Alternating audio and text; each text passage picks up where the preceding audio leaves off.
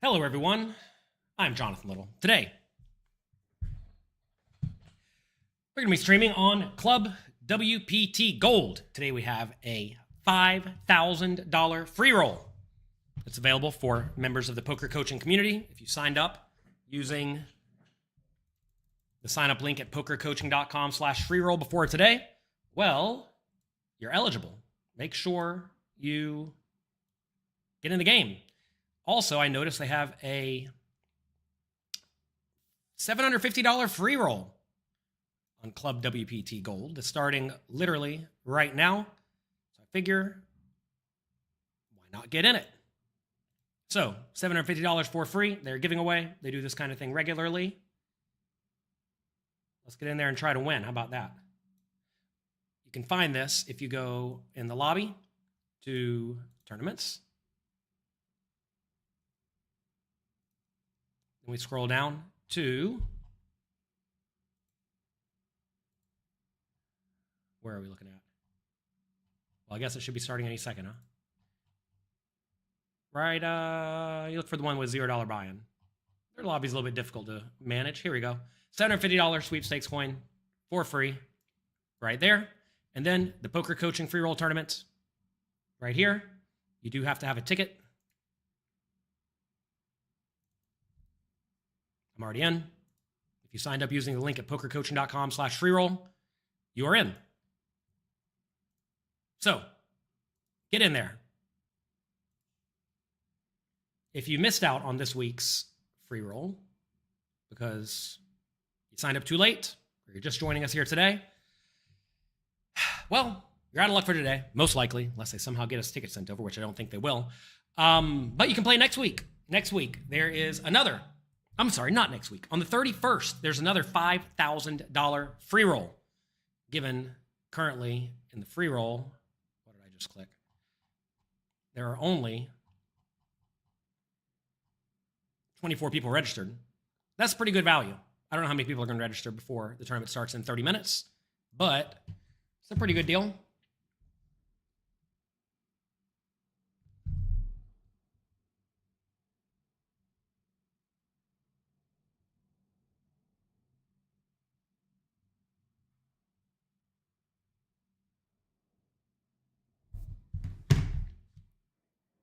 Let's see. I have not played much on this side at all. Let's try to edit the settings a little bit. We need a deck that is a 4-color deck. Always make sure you're playing with a 4-color deck so that you don't make silly mistakes. Can we see these cards? Not really. Whatever. Table. Can you use a different table? Oh, yeah. Club New York table. Betting. Pre-flop. Let's set this stuff up. We want to go 2.2. Maybe 3. And then max, I guess. Post flop. Let's go 22%. Let's go 33%. 35%. Not 535. 35%. Let's go 80%. 80%. Okay. Bet amounts in terms of big blinds, of course. Always use big blinds and not chips, because the chips don't really matter so much. What's our other options? Game sounds, off, of course. Some people like the game sounds. I personally do not. All right, now we're ready to play. Noticing my computer running very slowly right now, so that's not good. Doesn't seem like we have any drop frames, so that's at least something.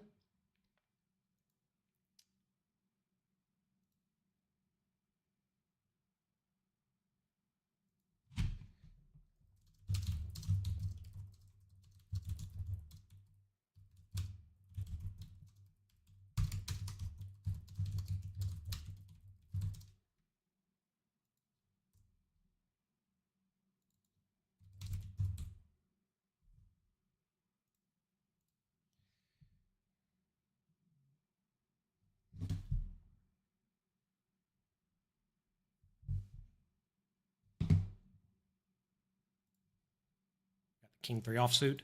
Man, oh man, my computer is dragging. Hopefully this is not a thing.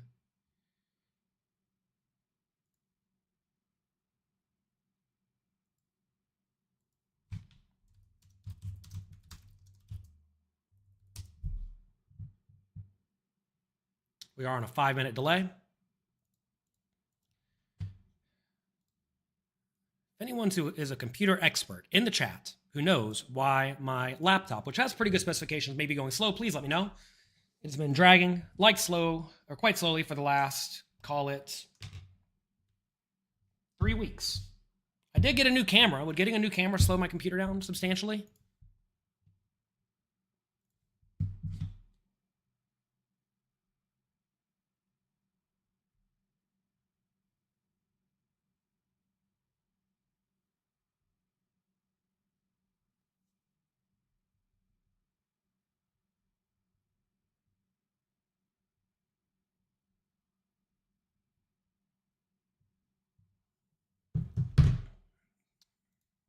Find my mouse. Okay. There's like literally nothing running on my computer. That's the crazy part. There is OBS, poker program, etc. You've taken so many bad beats in your life. You can't have taken that many bad beats in your life. The site just opened not too long ago. You think you played more or less than 1 million hands on the site? A lot of people like to complain about bad beats when they've only played like 1,000 hands, which is clearly nothing. So don't cry about that. Don't cry over short-term variance.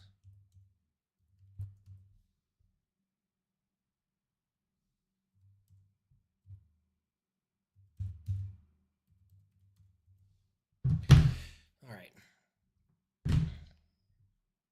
Let's try to win some money today.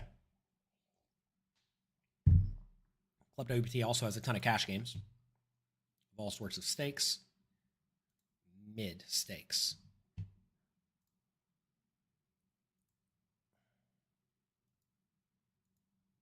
We may play a little bit later. We'll see.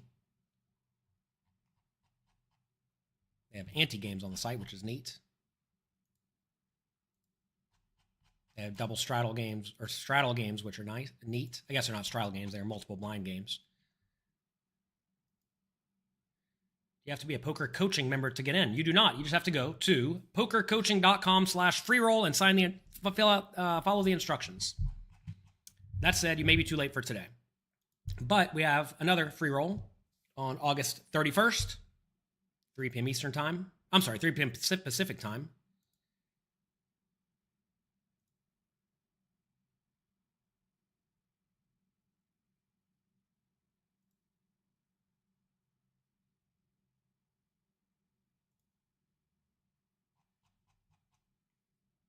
Yeah, if anyone has advice for why my computer may be going very, very slowly, please let me know, because I really don't want to have to get a new computer. But I will if I have to.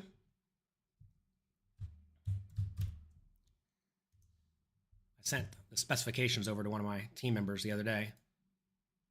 He said it looks like it should be running well, but it's not. He said it may be the motherboard. I said, that's not good.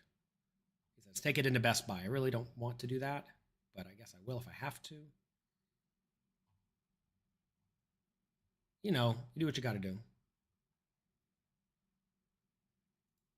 All right, we got the Jack-9 offsuit against the limp.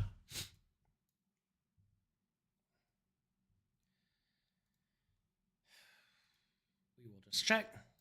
Give us a flop. ClubWPT does not give you a whole lot of time to act, which I don't really mind. I think it's good to make it to where the multi-tabling people struggle, because, well, that's better for the bad players, right? If you make it harder for the pros to win / play well because they have no time, because they want to play 6 tables at a time or whatever, then it's going to be quite beneficial for you. Check, check, check, check. We'll just check river. If he bets river, not like opposed to calling. Like right there, the opponent should definitely bluff at some point throughout the pot. But they did not. We are in a turbo, by the way, so it's not like we are playing super deep stacked or anything. 30 big blinds. We started with a ton, but we are down very short already to 30 big blinds. 5-4 suited. Of course, we will see the flop. You got to be a little bit careful in total free rolls, because some people will play bonkers thinking, oh, it's free, you know?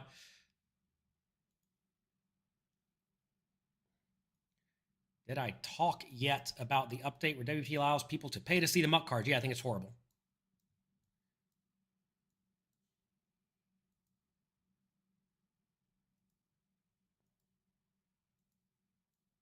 that clear enough for everybody? Oh, goodness. What a world. It is interesting to think, like, from a business point of view, how do websites monetize the website? And, you know,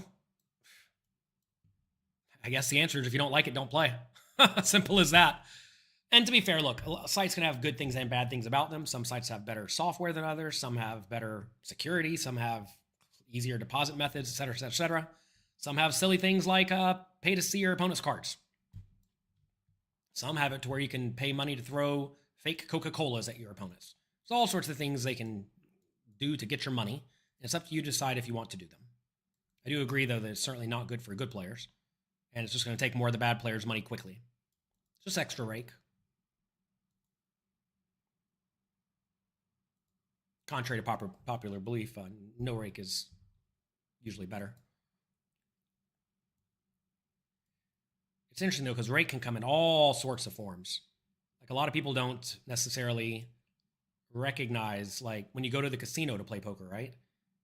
And you order water that you normally would have not ordered if you were not at the casino, that's effectively rake, right? Or if you go to the casino and you buy a $40 meal, whereas if you would have sat at home and watched a movie or studied poker or played poker online, you would have eaten a peanut butter and jelly sandwich for $1, right? That's $39 in rake. They get you for. Nobody complains about that, though. Open the task manager, Control, Alt, Delete. See what is consuming the resources. Okay, let's do it. Oh boy. Task manager. Okay. It looks like it is taking forever to even load up this. OBS Studio is taking up 20%. Nothing I can do about that. ClubWPT Gold is taking up 6%. Seems kind of high. Got another poker site up and running. That's taking 4%. And that's about it.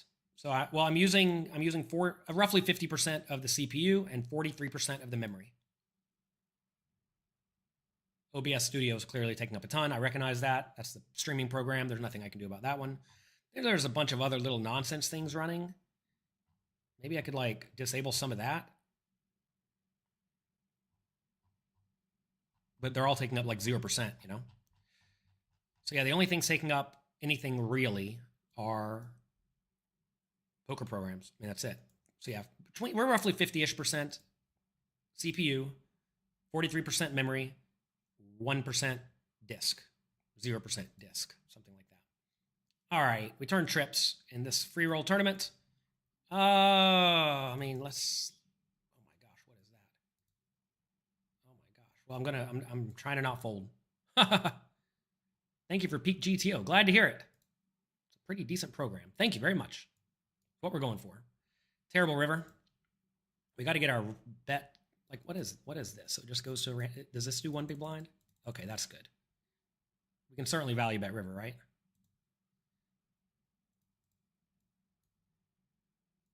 We get snap called. Do we lose? No, we win. The opponent had nothing. Try a virus scan. Okay. How old is the computer? Computer's 5 years old, but it was like top of the line laptop 5 years ago. It is a laptop running a humongous monitor and a camera. So it's not like it's not doing anything. Virus scan. Update. Whatever. I can. Okay. Anything else? We are on a 5-minute delay, so sorry if it's not as if I'm talking to you immediately. Don't want people to see your cards when you're playing poker. That typically doesn't go well.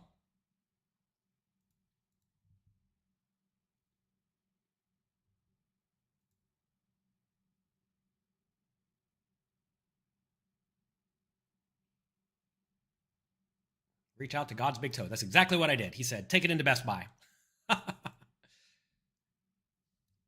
Clean your cache files, okay? Is there a way to do that on my computer without using some program? I'm like, don't really like downloading programs. I am hyper paranoid as someone who plays poker on the internet for lots of money and does crypto for lots of money. I do not want to download anything onto my computer unless it is absolutely mandatory. How do you get a ticket for this free roll? Go to PokerCoaching.com/freeroll and follow the directions. Unfortunately for you, you're probably not going to get it for today. I'm not happy about that either. But sign up to ClubWPT for the first time using PokerCoaching.com/freeroll. Follow the directions and get in. $5,000 free roll. That's a lot of money. Huge thanks to ClubWPT for giving it away. Looks like there are 25 people registered. What is 5,000 divided by 25? Does anybody know off the top of their head?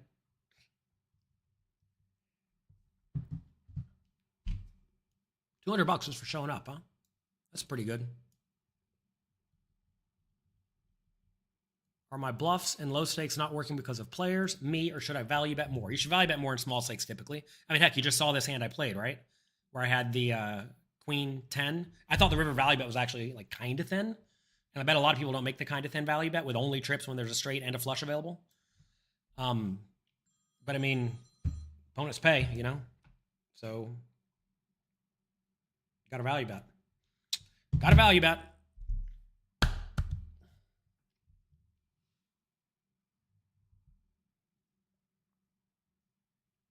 This is a very turbo free roll here. You can late register for, well, you can never mind, 36 seconds. You're not going to make it. It's pretty cool to give away $750 every day. I'm looking at. I mean, who knows what else they do? $1,000 buy-in tournament in an hour. What else can I late register for? I have a $100 PKO. 250K guaranteed. What? That's a ton of people. What does that even mean? That's a gigantic guarantee. Okay.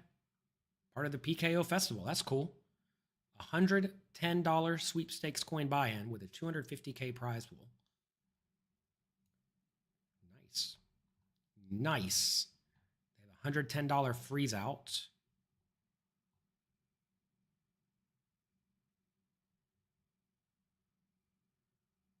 Probably going to miss the guarantee on that one as well. We'll see.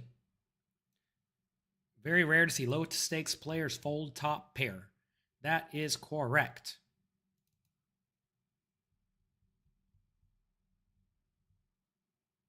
They have a $210 two-day tournament. They had a lot of tournaments on this site.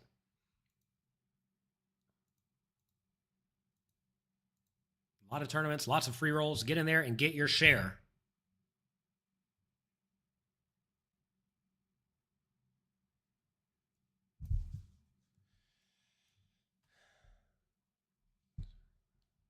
Bet big for value and check with marginal hands and junk. Yes. Have you studied at PokerCoaching.com? Sounds like you have. Your best hands want to put money in the pot. Your marginal hands typically don't. But as your opponents get more and more calling station-y, what a marginal hand is starts to change in value, right?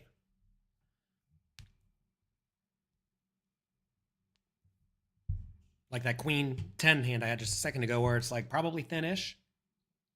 Is there a Windows update queue? That usually bogs down everything. Check for Windows update. Okay. I don't know, but I'll look. This is not new today. This has been happening. Really, it's been happening since I got this new camera. This new camera came with, I guess, some basic programs that I don't even think I'm using.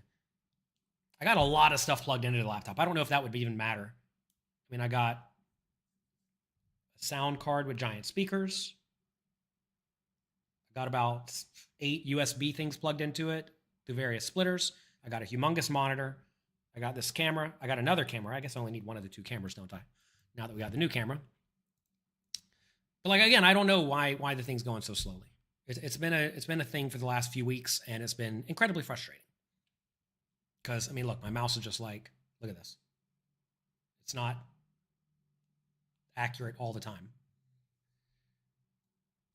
5 years is kind of ancient. Yeah, when I first bought it, it was like $5,000 5 years ago. But again, God's Big Toe said that it was a perfectly good computer with good specifications. So, who knows? I'll try to do everything you all said, though, so that's good. I will do that.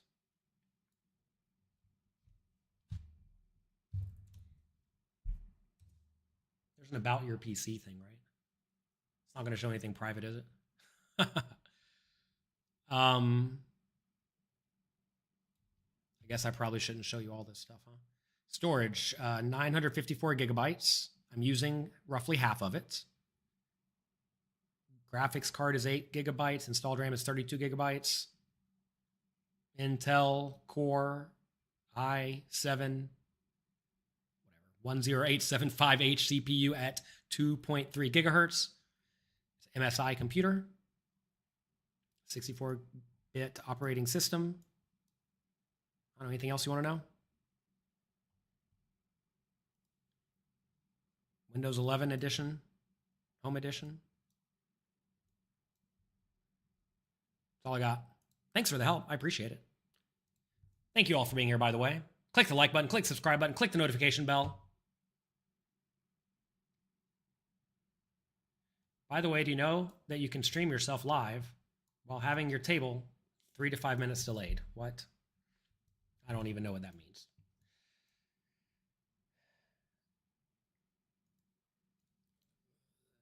By the way, whoever's asking the question about, like, should you bluff? You got to realize the answer is not no, never bluff. That's asinine, right? You should bluff sometimes, logically. We discussed this thoroughly in the tournament and cash game masterclass at PokerCoaching.com. Check it out. But yes, your small stakes players may not fold quite as often, and if they don't fold quite as often, you should value bet more. That is Poker 101.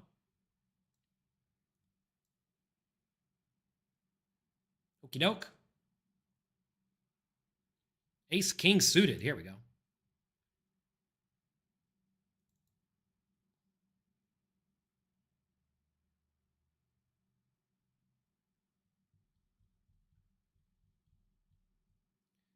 We will be in. We will give it a spin. We are against a 10 and a 9. We are flipping. We are still flipping. 50-50. All right. Either win or you don't. Up to 20 big blinds. That's probably a lot of chips in this tournament.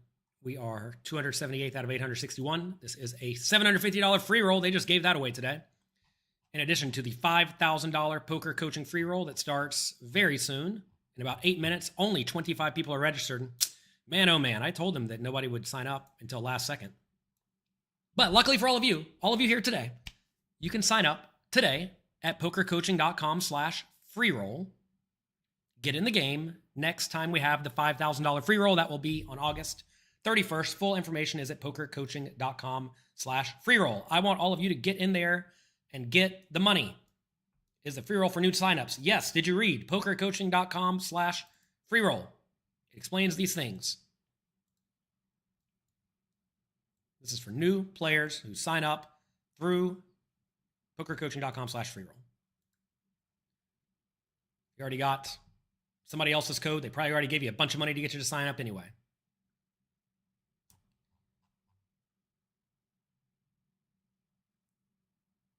They have a lot of tournaments on this site, though. Seriously.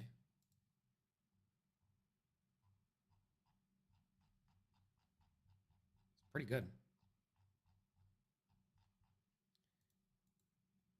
Plus the daily free rolls, plus the poker coaching free rolls. Man, oh man.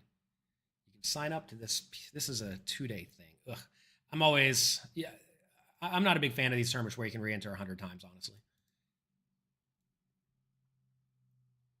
They have this $200 tournament with a $600K guarantee, which is a gigantic guarantee, clearly.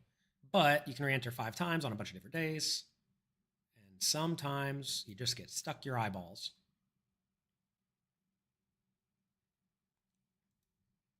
Who've missed it? Don't get hung up on this. Small stakes players, micro stakes players, all of these terms are effectively irrelevant. What matters is who are you playing against specifically.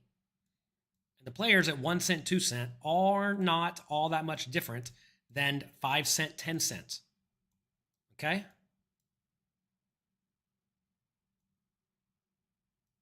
If the camera I'm using is 2020 software, maybe. Okay, so Prez, let me know. Let me know what to do about this, because the camera is a new camera. It's a Sony physical, like real camera, not a webcam. You'd say just get a new computer. LOL. Easier said than done. I got so much stuff on this computer. This computer is like my life.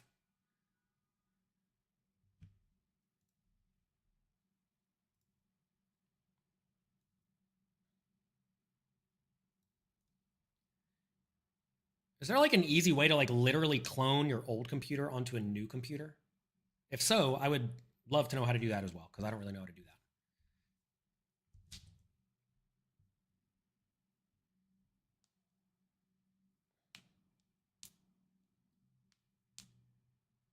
But yeah, if I do get a new computer, I'm going to get a desktop of some sort, or, you know, not a laptop.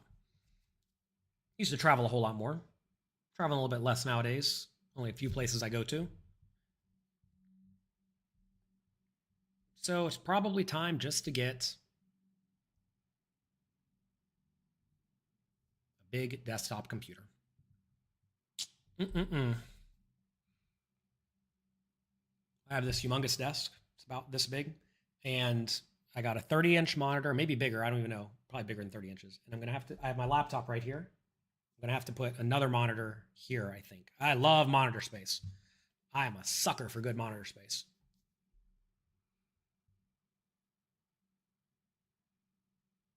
But yeah, the annoyance of getting a new computer is not the going and buying the computer. The annoyance is getting it set up. That is the big annoyance to me, Jonathan Little, personally, because I do not like doing that. All right. We are on a 6-minute break. I will be back in just a few. Thanks for being here, by the way. Click the like button, click the subscribe button, click the notification bell. Get in the poker coaching free roll if you can. I certainly hope you can. Free money for you. All right.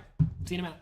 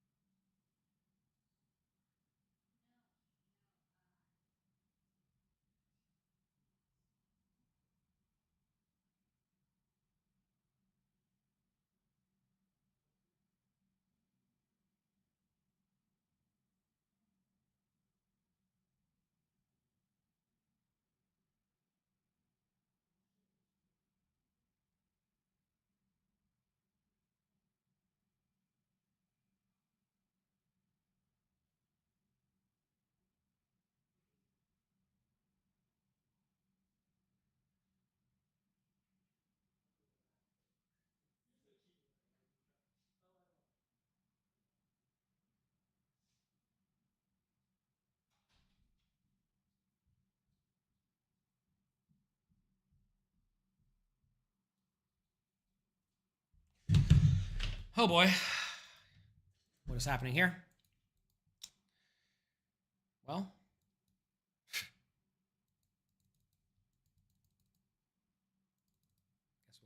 close this.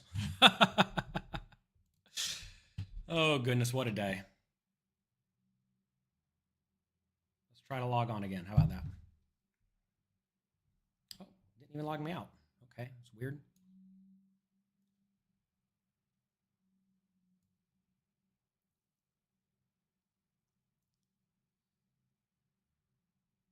Everyone, I'm not technical support. This is only for new players.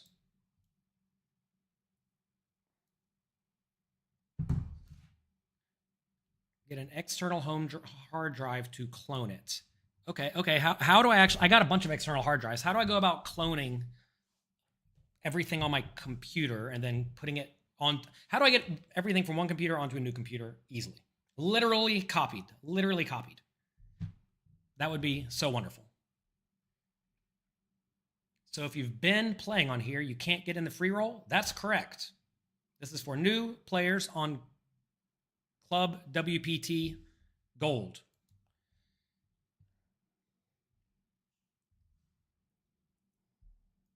As we've stated, a desktop will be better. Well, the desktop's not better because I like to be able to take my laptop and travel with it because I do have to travel sometimes, right? I really would much rather have a laptop. Really would rather have a laptop. All right.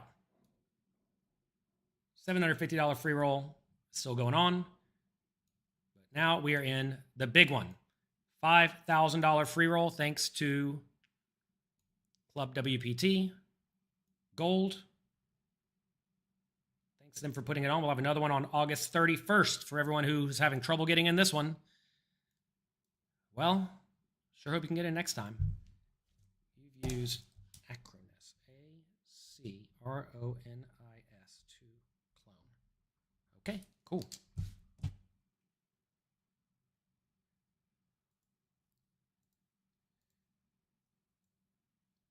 If you have any questions about whatever offerings we have at PokerCoaching.com in any sort of way, please send an email to support@PokerCoaching.com. We have so many things going on, I have a hard time keeping track of it.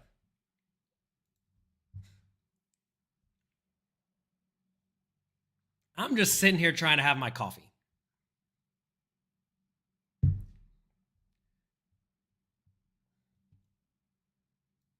Can't play because you signed up for this before. That is correct. Please read PokerCoaching.com/freeroll. I'm not sure why this is a complicated process. But if you're new, you can certainly get in. We may have other free rolls for people who sign up using the code. We will see.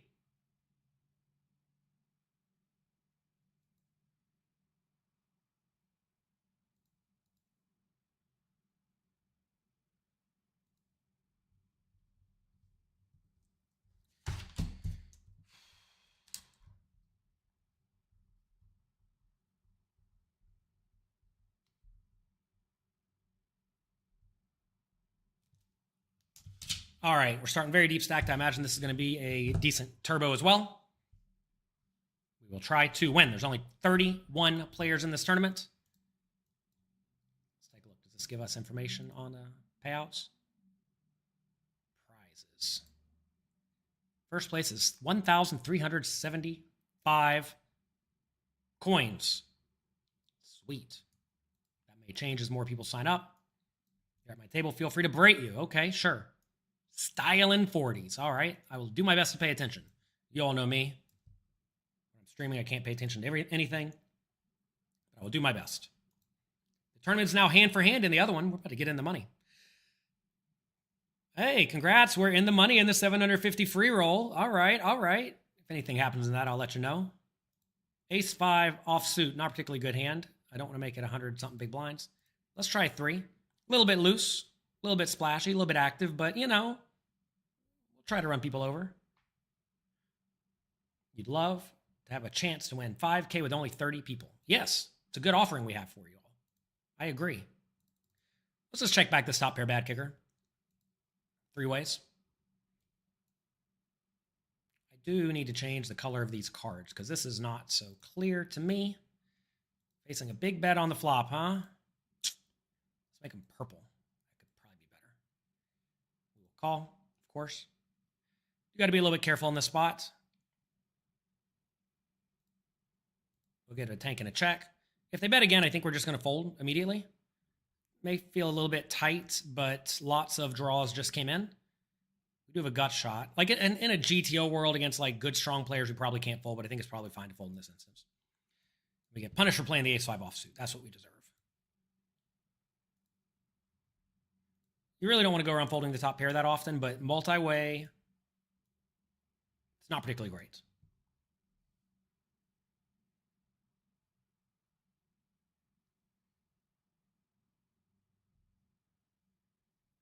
On WPT Gold, there's a free roll series right now. They give you 4 tickets every day, and the free rolls have a 10K guarantee. Oh my God, where are those? There's 4 10K guarantees each day. Not going to lie, their tournament lobby is not so great. They have another $100 tournament that opens later.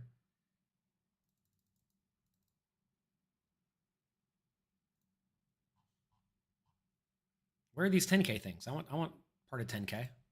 Why not?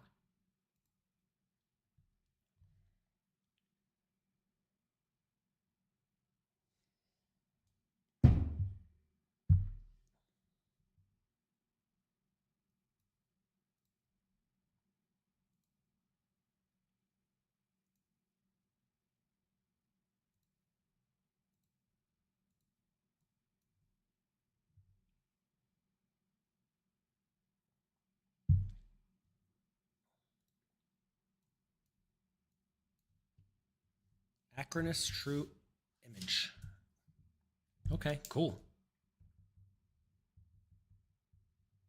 It's not a scam, right? Has anybody else ever used it? If it gives you an error about your location, you may want to try using your computer or try clicking verify it again. Mine initially said it could not verify me as well, but then I clicked try again and it worked. You've been going through my book and studying the charts. You've been doing better. Awesome. Glad to hear it. That's exactly what we are going for.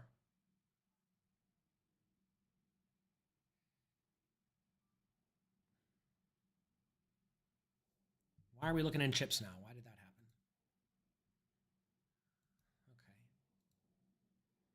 Okay. Ooh, and the other free roll, we got a pair of jacks in the big blind. We are going to be getting it all in because we have a whopping 4 big blinds.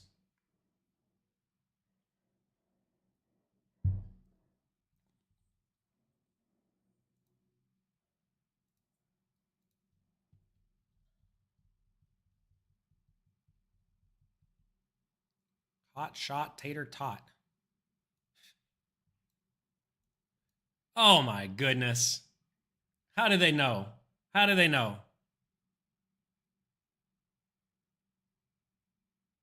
We'll try it again with the jack 10. Same hand pretty much. Like button goes all in. I guess if button min raises, what are we supposed to do? Call? It's kind of weird. 3 big blind goes all in, we're all in. 2 big blind goes all in, we'll be all in if they fold to me. If it goes 2 and 3, we'll probably put it in.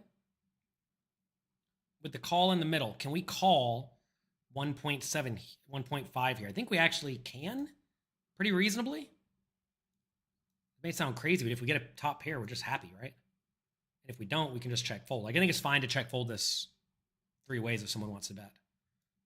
You gotta be a little careful folding out stuff like this because it will have more equity than you may naturally think with backdoor draws plus all the backdoor draws and 2 halfway live cards. But here we're just done. We're not going to try to bluff or anything like that. And now we can just fold. Ace, queen. Like right here. Good example, right? Notice the ace, queen was quite live against that one player. So you can't just go around. I would have folded, don't get me wrong. But you got to realize when you have no chips, you kind of got to put it in pretty light. Ace 10 offsuit's pretty good. I keep clicking something. What am I clicking that's making it change?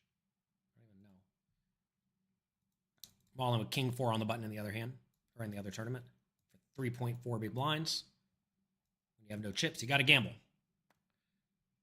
We get called by the small blind. It's all the big blinds chips, so he's got to give it a thought. Ace 10 offsuit, we will call against the cutoff raise. We could 3 if we felt inclined. We are against the king and the jack. We're going to need some help, and I don't think I'm going to get it. We are busted. But in the money. I don't know how much money we got. Is it going to tell me? 35 cents. Okay. Here, we can go for a frequent small bet. I want to bet 2 big blinds.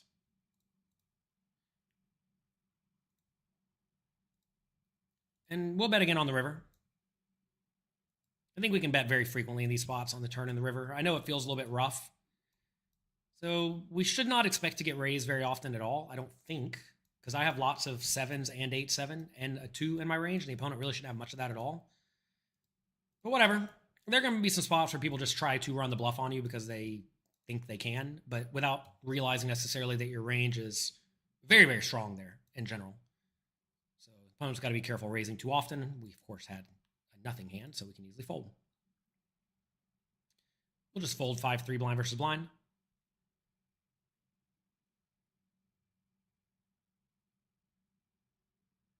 What are my thoughts on the reveal feature? Yes, I don't like it. You think it's unethical? I don't know about unethical. If everyone plays by the same rules, it's not unethical at all, in my opinion. Just because they offer a feature does not mean you have to use it.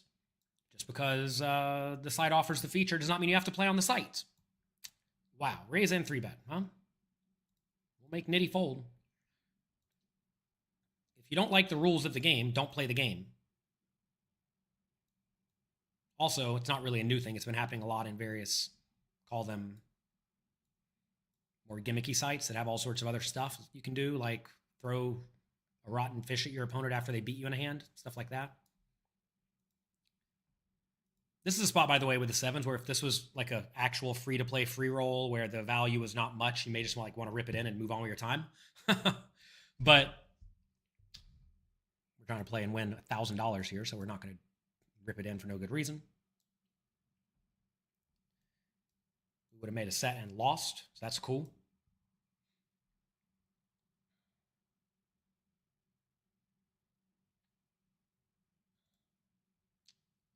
Ten 5 suited.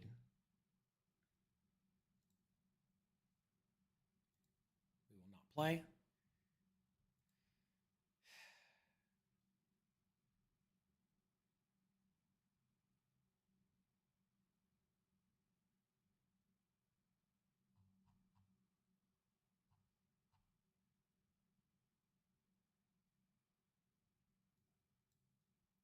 You have 4 tickets to play a free roll to play in another tournament. So you got a ticket into satellites. Okay.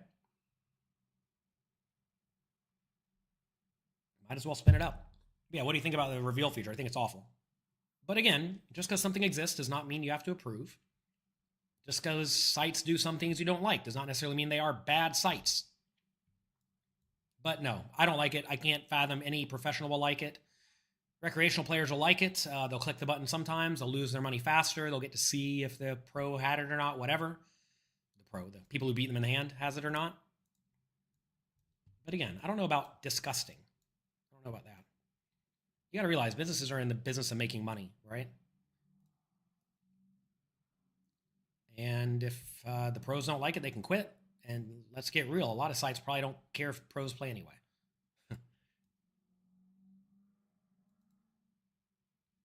Show us your wine glass. Today, we have some kombucha. We have a nice Johnny Walker blue glass. I got this for having an NFT called a Gary Vaynerchuk gift goat. Can you see it? Oh, wrong camera.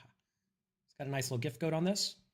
It came with a giant bottle of Johnny Walker blue that was nicely inscribed. I accidentally took it to a party, and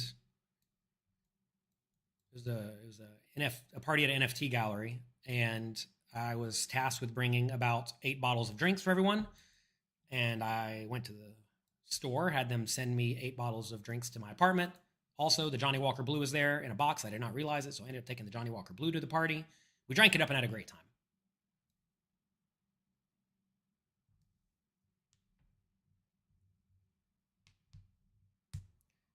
Ethics are funny, everyone. Everyone keeps saying unethical. Ethics are funny. You got to you have to realize when you agree to sign up on a site, you agree to their terms and conditions and their rules. Okay? If you don't like their terms and their conditions and their rules, quit. Go play somewhere else, right? Anytime a company makes any sort of change, they are saying to their customers, if you do not like this, quit. It's okay.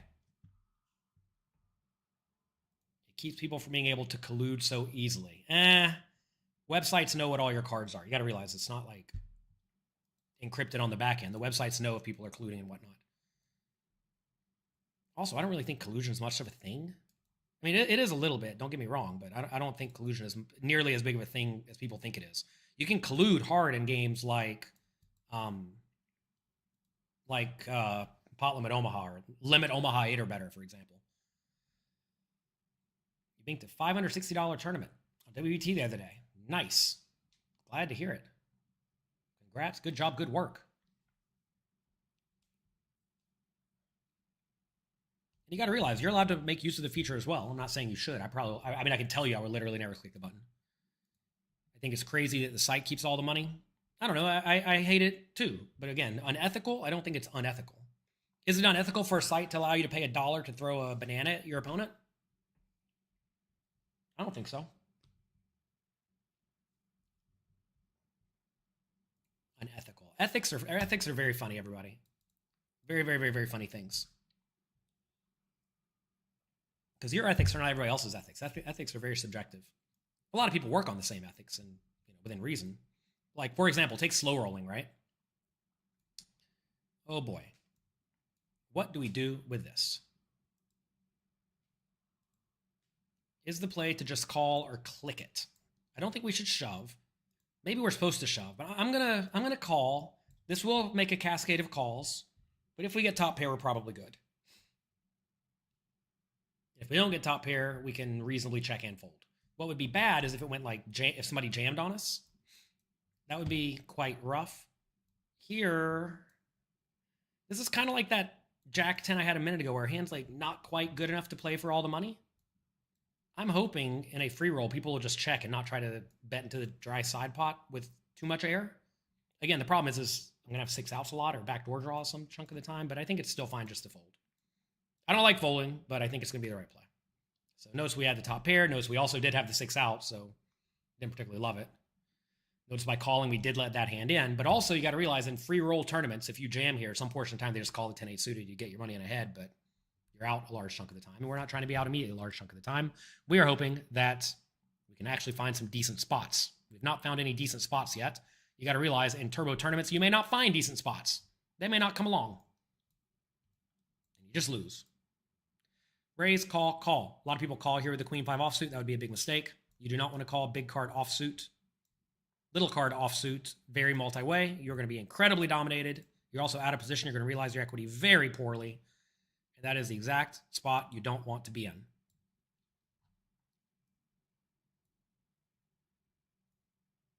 So fold. Don't think you have to defend your blind or anything like that. Everybody else has defended your blind for you already.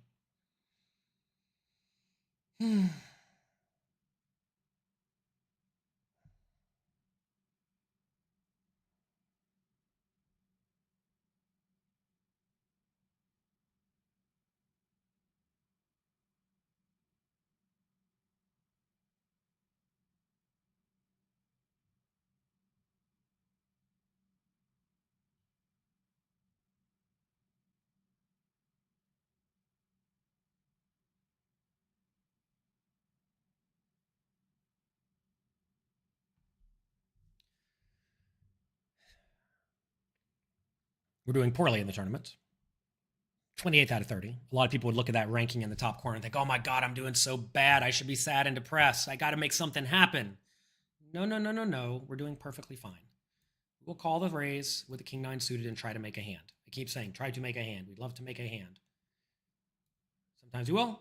Sometimes we won't. We keep getting backdoor flush draw, backdoor straight draw, which is almost a hand. We can maybe lead some chunk of the time on this flop. Not too often, I don't think, but maybe. I don't think. Maybe this is the kind of hand that doesn't mind doing it. May rather have like king jack of hearts or something. Turn to 9, which is great. We're probably the best hand now. We will, of course, check and call. We will not fold. Quite a nice spot now. And we will check call the river, pretty much on any river.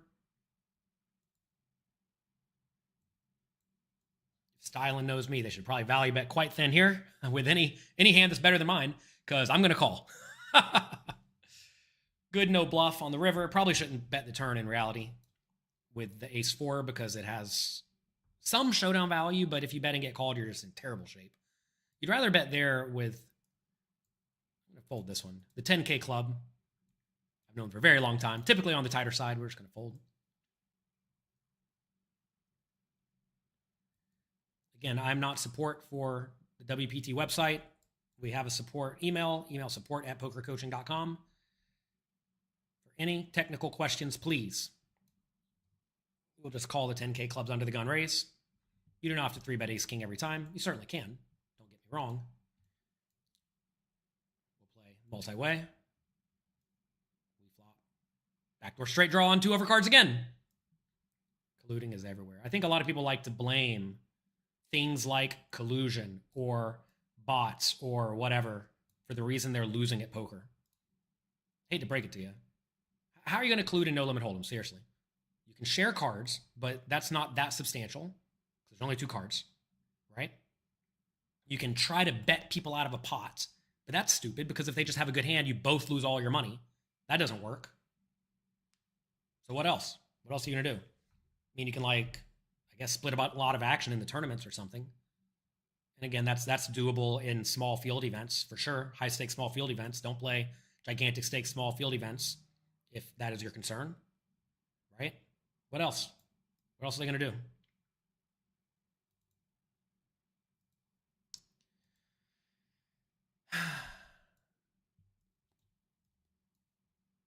No, the reason you're probably not winning at online poker is because you're not playing as good as you think you are, / your opponents are not as bad as you think they are, or the rake may be too high, and you don't even notice it. Those are the reasons you're losing at online poker. That is the answer for 99% of all of you. Sure, maybe some of you found yourselves into some obscure limit Omaha 8 or better high stakes games against the same people who may be finding collusion, et cetera, but that's just it's not happening. And if it is, you got to use your brain and not play games where that's doable. Is the ace jack off an easy fold? To the 10 big blind all in? No, absolutely not. On the flop it was. Absolutely not for the flop. I thought it might be an all in, but it was 80 big blinds, and somebody just might call me off of 4s or something in a free roll tournament, right?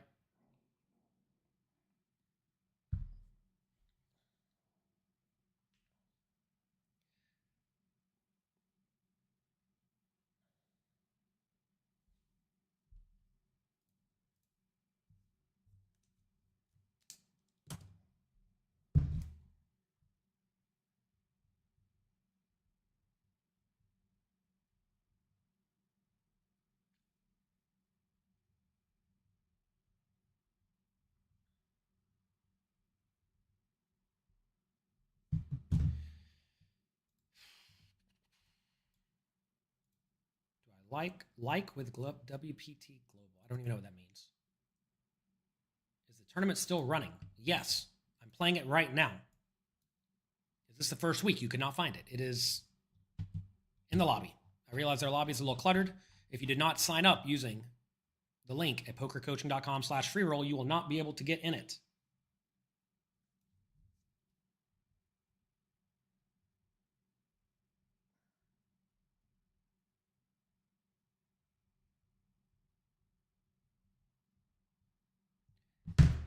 Free rolls on Coin Poker are likely over. We have a $5,000 free roll happening right now. I'm literally playing it on ClubWPT Gold. We also have another one for people who sign up at pokercoaching.com/freeroll on August 31st at 6 p.m. Pacific time, 6 p.m. Eastern time. $5,000 being pushed in all of your direction. Huge thanks to ClubWPT for making it happen.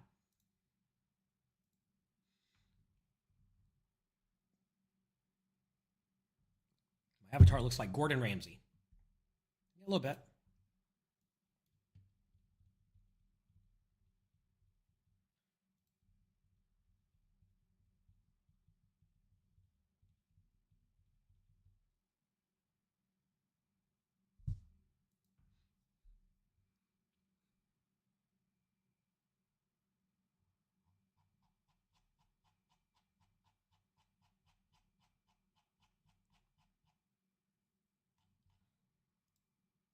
First place is 1,363 sweepstakes coins.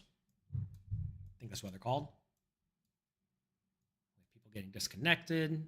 You know, we're just hanging around playing some cards today. We cashed for 35 cents in the $750 free roll. I'm going to say dollar. 750 sweepstakes coin free roll. That was cool. I wonder how many people they pay. Let's see. They might actually pay a lot of people in this. Yeah, they pay 12 people in this. 33% of the field. Good to know. That means there's good value in surviving.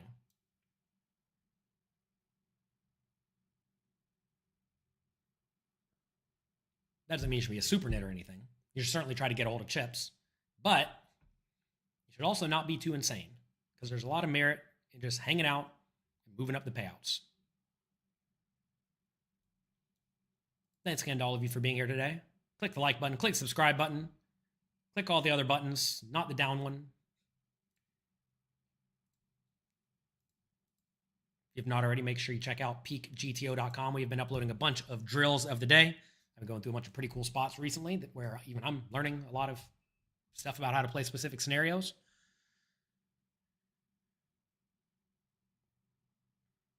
Also get in there and train yourself. You will know in a lot of these spots where we have junky backdoor draws, it's like almost good, but not quite. If the opponent's ranges should be tight. So you got to get out of the way. Can't do anything too crazy. Sometimes you just got to fold. Not with the ace-4 on the button, of course.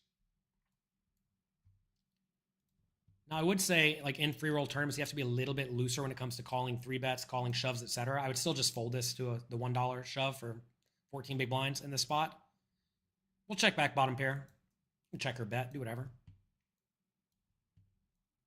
3 is not great. This is a spot where they should bet a lot of the time. Kind of like I did with the ace-10 earlier, right? We'll, of course, just keep checking, though. 10, we'll check again. If we get the opportunity, and we'll probably win.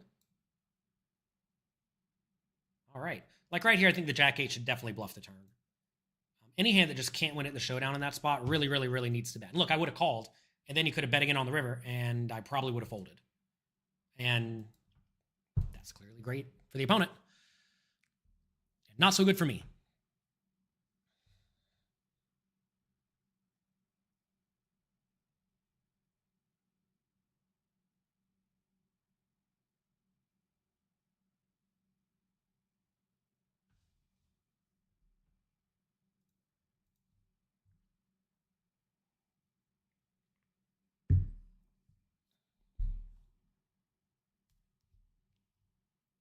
There's a lot of poker coming up in Vegas over the next month. A lot of PokerGo tournaments, actually. They have a series of 6 $5,000 bounty tournaments, September 1st to 6th.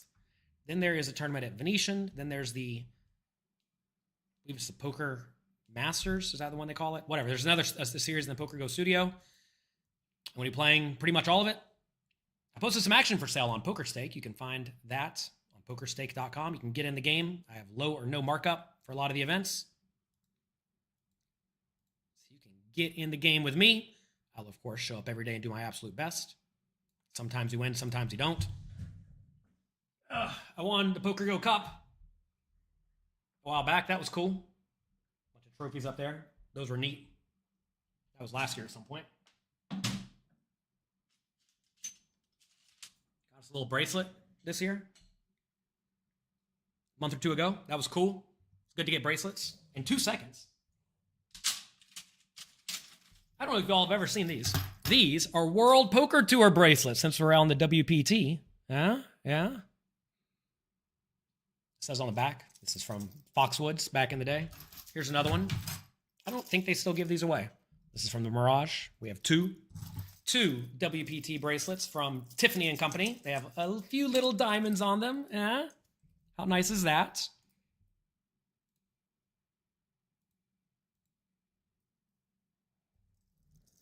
These are right here in my little pile. There you go. Ooh, let me show you other things I used to get. I have 4 of these. Oh, this one's beat up and ugly. When you used to final table a WPT event, they would give you an ounce of silver, like a card protector thing, kind of. These are old and tarnished. I should get these cleaned, shouldn't I? I'm going to be showing you them on the TV. Look at that. Huh? It's a little card protector. On the back, it's silver. This one says 1 ounce, 0.999 fine silver, final table, North American Poker Championship, October 2007. 18 years ago. That's cool. Anyway, I got a bunch of these sitting back here. And then this. And then this. I can even get it out of here. This. Oh, I can't even hold the thing. It's so heavy. WPT Player of the Year. Probably 20 years ago. Look how heavy this thing is. Pump it, pump it. This is a cool trophy. In my opinion. I'll win another one day, maybe. Probably not, but maybe.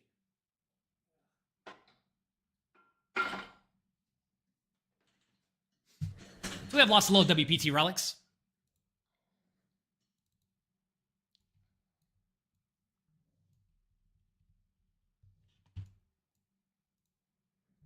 They also used to give a chip set. I don't know where that went.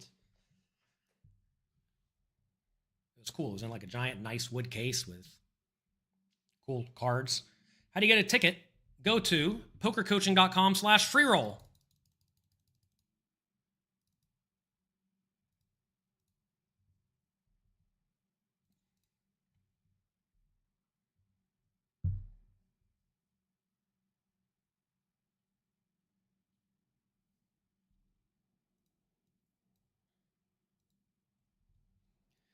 All right, 4-3 suited. Can we get something to work with, please? Oh, anyway, yeah, pokerstake.com. Sometimes you win, sometimes you lose. There's a lot of variance in poker, but I like my spot. I'll keep playing. Hello, cool drummer. Welcome. 4-3 suited against small blind. In position, we will certainly call a raise. 3x raise, I'm not so worried about. We will just see the flop. We get bottom pair. Okay. I think we can just check the flop. We really don't want to get check raised. I mean, I get that there's merit in getting overcard hands to fold, but whatever. Check it back. We're really going to try to take low variance lines in this tournament in general, because hopefully people will blow up later. Now, I don't know if that's going to be the case. Maybe they will, maybe they won't. This is another spot I really don't want to get check raised, although I think this hand starts to gain some merit from betting again. River 9 is rough. Now the opponent may value bet a 9 easily if they had one. Could easily value bet a 7. God, 10 big blinds. Oh, man, oh, man, oh, man. I'm going to call this only because Stylen bet earlier kind of in a weird bluff spot. I could easily just be dead, though. Whatever, call. Don't worry. Queen, queen, top set. Okay, great. That's fine. Stylen, you should probably just... I mean, look, check flop's fine. I get it. I'd probably just bet turn and hope I have something. It's so easy for me to have some sort of draw there that's just not going to fold, right? There's plenty of gut shots, plenty of pairs. And I think you get to play a bigger pot by betting turn and betting river, and you stack me when I happen to actually have anything, right? All right, under the gun limp. What are we going to do with this? Do we shove it all in? Probably, right? Even if there's a raise, I think we just shove it in. Only 20 big blinds at this point.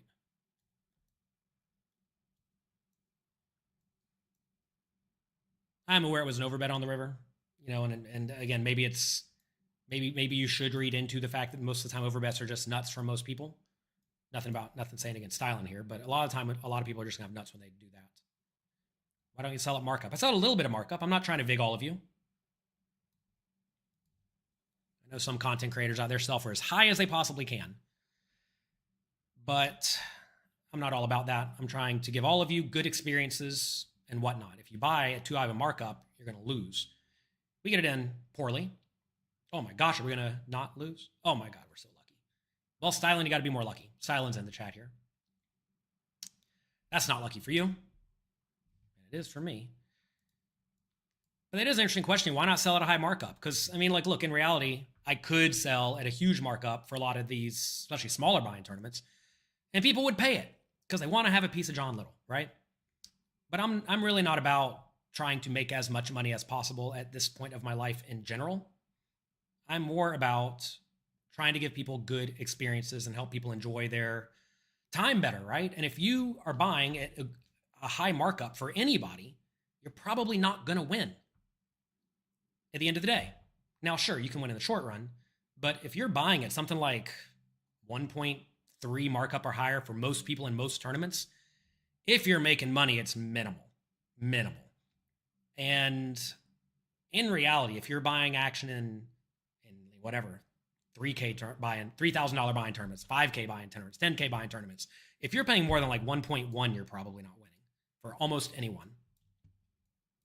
Sure, you can go on sick runs one way or the other, like we discussed, but it's just a math problem at the end of the day. I mean, think about it, right? Do you think people have 25% return on investment in $10,000 buy-in tournaments? Probably not. Most people in the PokerGo studio, if they're very good, probably win at like 10%, which means that you, if you want to make any money, need to be buying at like 1.06 or less-ish, something like that. And even then, you're not making much money. You're making just a few percent, right?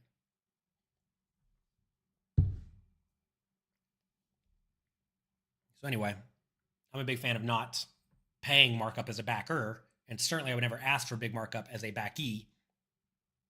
That would be ridiculous, in my opinion. You have to make a deposit to get in the free roll. No, you just have to sign up at pokercoaching.com/freeroll. They have two $2,500, $11 guarantees every day. They got a bunch of tournaments. Yes. They have a $100, $250K, day one. Yeah. One thing worth noting, whenever you're playing a tournament that has effectively like, whatever, 2,500 entries or whatever it is, you need a gigantic bankroll. Probably way bigger than you may think. And now I realize a lot of people are just gambling on these sites. But, like, look, they have a $200 tournament here that has a 3,000 person guarantee. You are going to need a huge bankroll to play that tournament. Like, I don't even know, 500 buy-ins or something. Maybe more. And a lot of people just don't have that. Rest in peace, Mike Sexton. Yeah, that's for sure. I love Mike Sexton. He was one of my mentors. He has a book called Life's a Gamble by Mike Sexton. I helped him publish this book through D&B Poker. We got it done right in time because he ran out of time. It's a good book. Has a lot of pictures in it of his life, stories about it. He signed my copy. Yeah. He says, Jonathan, you are one of the great players, teachers, and ambassadors in the poker world. Thanks for all you do for poker, and thanks for inviting me to write a chapter of your book. Selling at No Limit Hold'em. All the best, Mike Sexton. He also had an auction for some of his stuff after he passed away, and I have his chess set.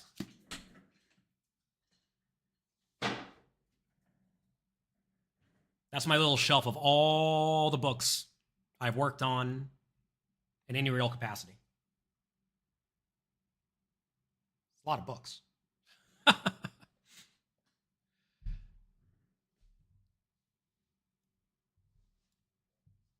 In 1 week, they made the site unplayable for you. Well, what did they do?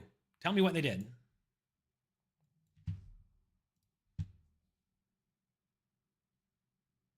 One nice thing about WPT is they seem to actually listen to the players, which is cool. I mean, if everybody speaks out against this this thing where you can see people's cards for money, they might take it away. Or maybe they won't. Maybe because they don't care about some people. I don't know.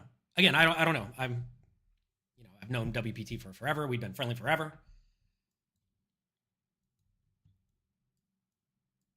But if enough people complain, maybe they'll get rid of it. You like higher stakes bounty tournaments. Ooh, I hate bounty tournaments. In general, bounty tournaments are not good for good players. Now, they're good and they're bad for good players. They're good for good players because bad players play the bounty tournaments very poorly. They often do not understand the value of the bounties appropriately. So that's good for the good players, right? The problem, though, is that a lot of the money gets distributed randomly throughout the tournament.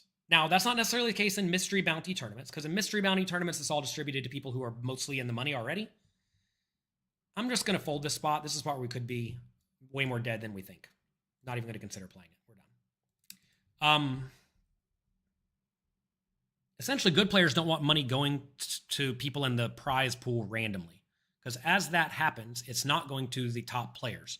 I realize in mystery bounty / progressive bounty, sometimes that's not the case, right? But I mean, imagine if half the prize pool just goes randomly out to half the field or something like that. I mean, that's horrible for the good players. Good players want it to be winner take all, which again, in progressive bounty tournaments, it does start to kind of get like that. But in mystery bounty tournaments, that's not necessarily true. So be careful with that.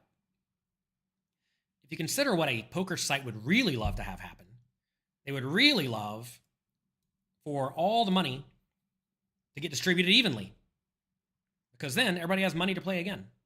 This is why poker tournaments nowadays don't pay out 33% to the first place like they used to, or even more. All right, can we raise this? Probably. Let's go to 4. Well, let's go to 3.5. Maybe we should go to 4. I don't know. It probably doesn't matter that much. If small blind shoves, we will call. If big blind shoves, I will fold. If the limper shoves, I will also fold. But so anyway, poker venues want the money to be distributed randomly to people, so that randomly in small increments. They don't really want one person winning a ton of money in general, because when that happens, that one person is going to take all that money and keep it. Heck, like the time I won Foxwoods for $1 million. You can't have local poker jurisdictions giving out $1 million to someone that doesn't live there and is not going to play there all that often. It's just really, really bad for the economy. We'll check this 3 ways. I wish they had very different card colors. Like if it was up to me, I would have these cards bright yellow or something. Or I'm going to go for a small turn bet. This may be overly aggressive, but I think we get lots of our equity cleaned up, and I think we shouldn't get raised very often at all. We probably will now that I say that, but I don't think we should get raised at all that often. I think we can get value from some worse stuff, like a 5 or pocket 6s, or maybe even ace high. So I think a small bet here in position is good. Multi-way in position, win check 2, you can value bet kind of thin. Out of position multi-way, you really cannot. So that's good. Why shove ace jack there? The limper is probably weak. 3 big blind raise. So imagine it folds to the button who makes it 3 big blinds or whatever it was. You have 20 big blinds. Easy shove. Are you not afraid of the under the gun limper? No, not so much.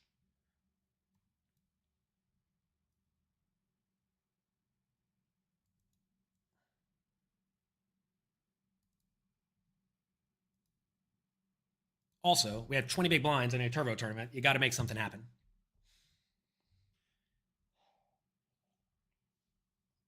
If you like poker history, there's a book called Poker Face 2. It is a beautiful, beautiful, beautiful picture book of photos from various tournaments in Vegas. You can probably get it for about $180 or something like that, maybe $200 on Amazon if it's still available. I know they were running out of copies a while back, but it is a big, chunky picture book. Again, for everyone having technical support, I'm not a technical support person. We have a support email, support@pokercoaching.com. WPT also has a support email, I'm sure. I recommend you message them. I literally can do nothing to help you at this point. That said, we have another free roll tournament on August 31st at 3 p.m. Pacific, 6 p.m. Eastern Time. Please, please, please, please get verified, get your ticket, and play. Yes, the answer. Why can't you? Because something went wrong. What do you want me to say? I mean, get real. Y'all act like I'm the boss of the WPT site or something.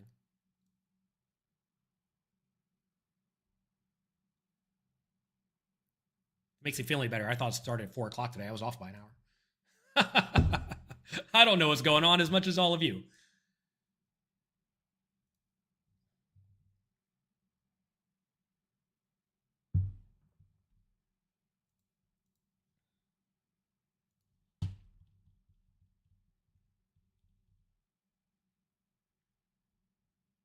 They added ante to the cash games. Adding an ante to the cash games should be good for the good players because it makes the pots bigger.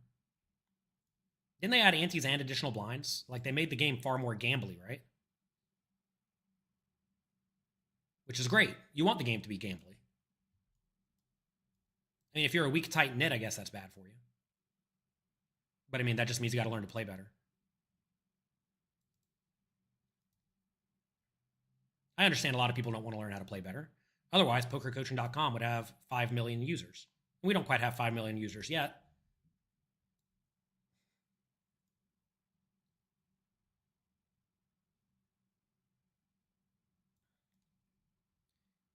Here's an interesting question for chat. Take a site like PokerCoaching.com or Old School Card Runners or something like that. Run it once, whatever. A site like that. That is a membership training site that charges $100 a month, $200 a month, something like that. What is the largest number of paying members per month do you think it could actually have at any reasonable point in time without something absurd happening? Like John Little wins the main event or something. What is the most you think would ever be possible? Interesting question, right?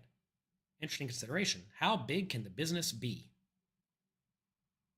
And I don't know the answer, so I can't even tell you. Like I said, we don't have 5 million members.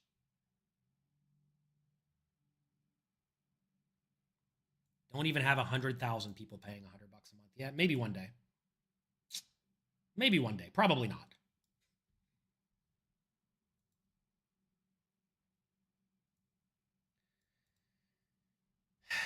$42 big blinds after getting lucky with the ace jack against the ace queen. By the way, everyone, you got to realize in tournaments like this, or any poker tournament, you're going to have to play some hands. You're going to have to win. Sometimes you're going to get lucky. Sometimes you're going to get unlucky. It's okay. Don't get mad. Don't get flustered. Recognize the thing you signed up for. The great thing about online poker is this tournament's going to take like 2 hours or 3 hours, right? And we're done. We can move on with our lives. Go do something else. If this was a live tournament, it would take all day. Just for poor styling to play here, get his ace queen, get cracked by lucky John Little, right? The nice thing about online is you can really, really, really get through hands and tournaments quickly and see if you're actually extracting an edge or not. Live, it takes far longer.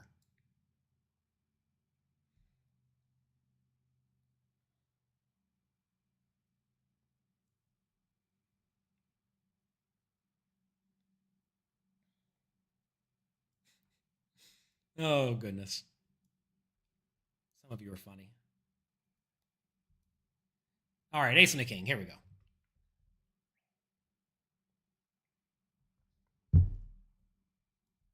Frank limps under the gun. I'd really love someone just to 3-bet so I can rip it in.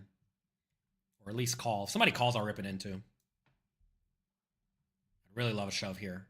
All right, so call. Look, 40 big blinds out of position. Ace king can easily shove. With a caller in the middle, it's happier. It's really happy. It's from a short stack who may call it off kind of wide. Yeah, Frank could just have the nuts and I'm screwed. Frank may decide to just call it off with pocket eights for fun. But all in is the only option here.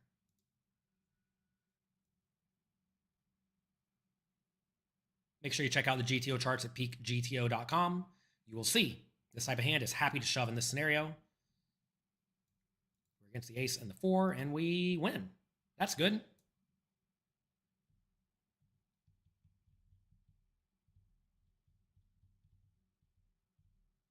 Remember, they pay 12 people in this tournament, so we have to lose about 60% more of the field to be in the money. And it's $100. It's not nothing. Right? No, they pay 13 people. 13 people get $100. Okay. We're going to continue just playing good, solid-ish poker. Good, solid-ish poker. Don't go crazy, Jonathan. Don't go crazy, Jonathan.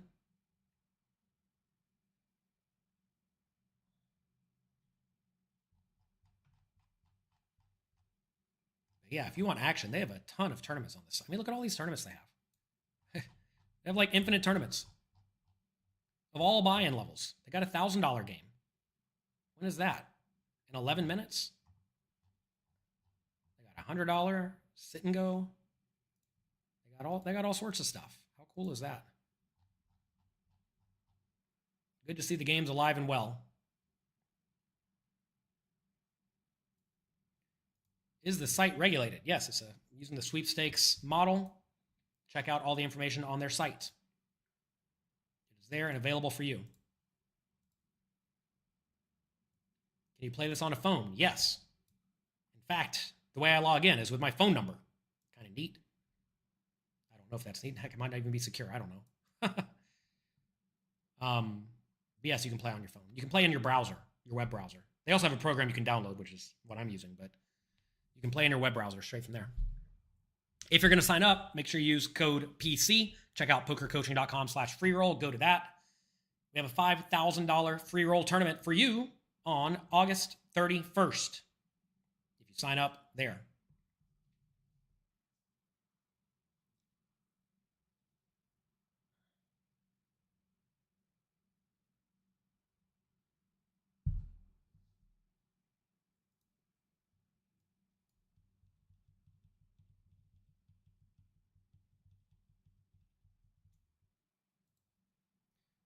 Seven, 4, blackjack.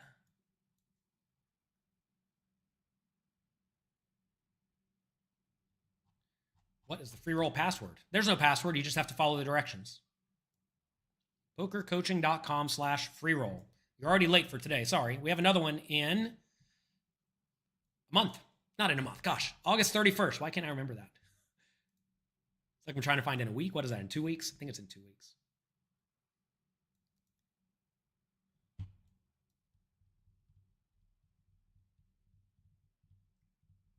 I know a lot of you showed up late today. I've been emailing people on my email list for about 2 weeks about this tournament. We've done everything we can within reason to help all of you get in it. I realize the sign-up processes are sometimes tricky. I know it was a bit of a mess today. I apologize for that. I promise you, I was doing everything on my end to get it done and get things seamlessly worked out. Sometimes it just doesn't work out. That said, here we are.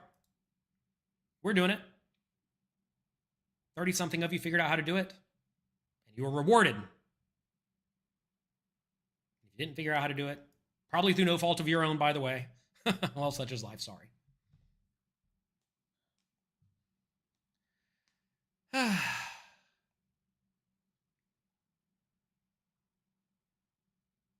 YouTube's been causing trouble for poker players recently. Age restricting a bunch of people, which demands that only people who are logged in can watch the content. That's been a bit of an issue for everyone. Hopefully they figure that out soon, because that is not good. There's a lot of trouble. A lot of trouble that's out of my control happening recently, which is, it is what it is, but it sure is annoying. Like I said, my computer's not working right, sites aren't working right, etc., etc., etc.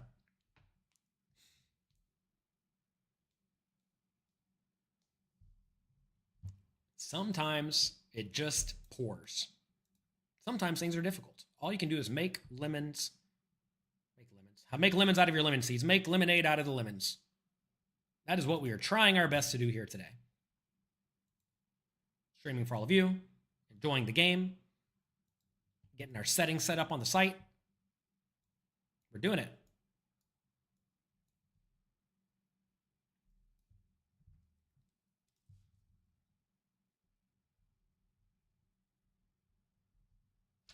What's the main adjustment in 200 big blind ante cash games compared to no ante? Well, with an ante, the pot is bigger, right? That is the main adjustment that has happened. So that means you have to defend your big blind wider, right? Stack to pot ratio is going to be a little bit shallower. All sorts of little changes here and there. All right, we got the gut shot. I don't think we need to bluff this. I realize we could be against the jack, but a jack's not going to fold, right? We can easily call a turn bet.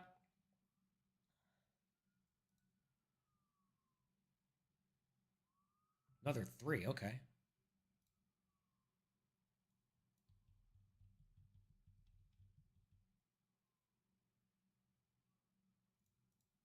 Oh, goodness. Can we get called by worse? For half pot? Yeah, let's go 12, or 11, I guess. And I think an ace will call. I think a king may find a hero call. And If we get shoved on, we can fold. That is the plan. We get called, we get some value. I certainly don't fault the call with the ace in that scenario. It's a pretty nasty spot, but I think when the flush comes off, is there a way to see the last hand? Is that a thing? I don't even know how to do that. Oh, wait, let's see hands.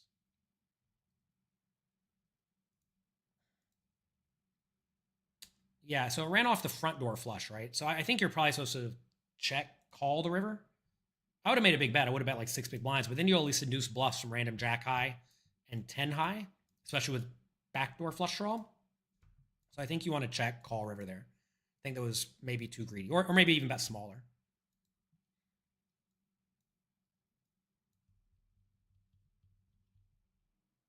Also, just bet the flop. If you bet the flop, I just fold. All right, we're on a break. I'll be back in just a minute.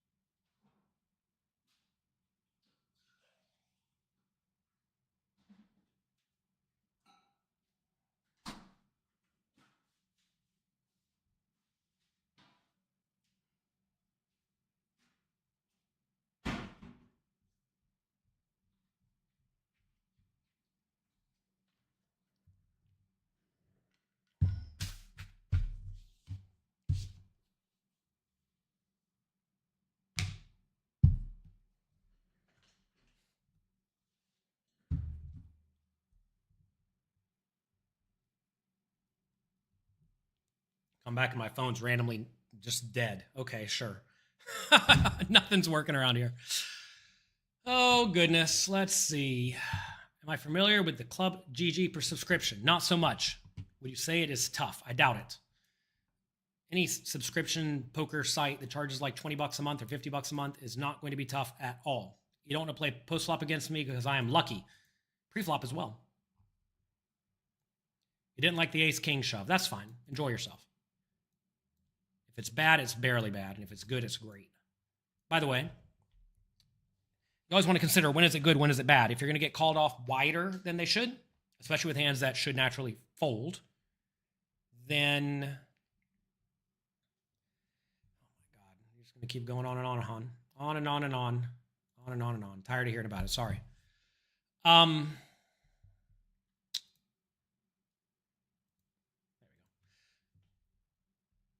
If the opponents are going to call off wider than they should, with ace, queen, ace, jack, ace 10, king, queen, you should be far more inclined to shove hands specifically like ace, king, right? Is that going to happen in these games? I would venture to say probably. Notice the other player called and then called it off with ace 4, right? So for that reason, jamming becomes way better, especially when you're out of position. When you're out of position, you want to consider what can go wrong here, right? And given, I think, the opponents may overcall with medium strength stuff against like a 8 big blind 3-bet or whatever, 6 big blind 3-bet, whatever we go for, you don't really want to be out of position there. So if you can make it to where you can't screw up the hand, maybe in exchange for even giving up a little bit of expected value, assuming you think you're not going to play perfectly multi-way, it becomes a very good thing to do.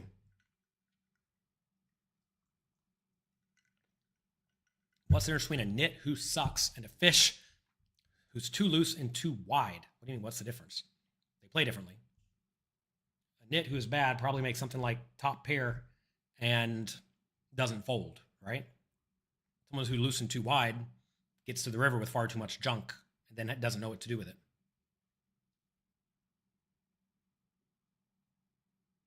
All right, back in the game. Here we go. 61 big blinds, 24 players remain, 13 get in the money. We're going to continue playing good, strong, fundamentally sound poker. Hopefully, we don't go too crazy.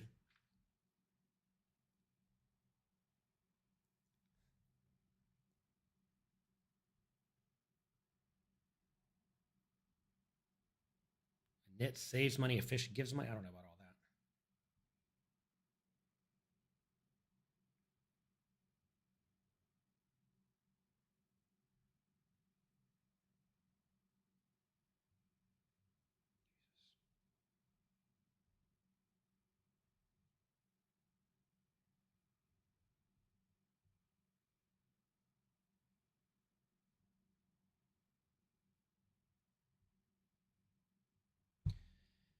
Queen 10 offsuit. We can maybe raise this. Maybe we should have, since button's sitting out. I think that could have been very reasonable. Maybe this is another spot where, like, if you think you're going to get called too wide, you don't really want to open the bottom of your initial raising range, right?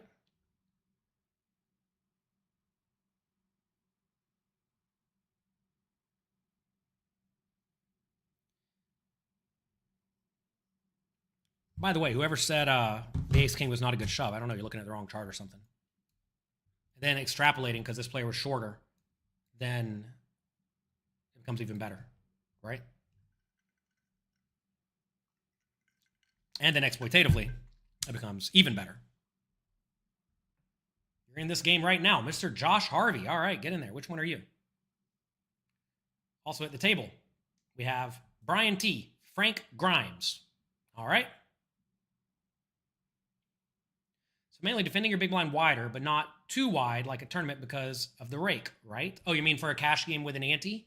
Yeah, you defend wider. I mean, look at the 80 big blind tournament charts on PokerCoaching.com. It's going to be something like that. What's for dinner? Today we have some orange juice and some tequila with a little Grand Marnier.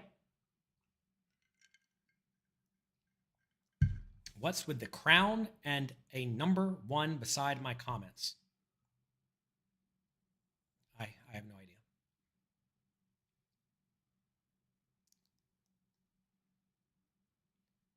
So again, consider exploits against players in general. If you think people are going to call a little bit too much in position, with hands that, you know, do okay, you probably don't want to be opening the bottom of your initial opening range. It's fine to clear that out.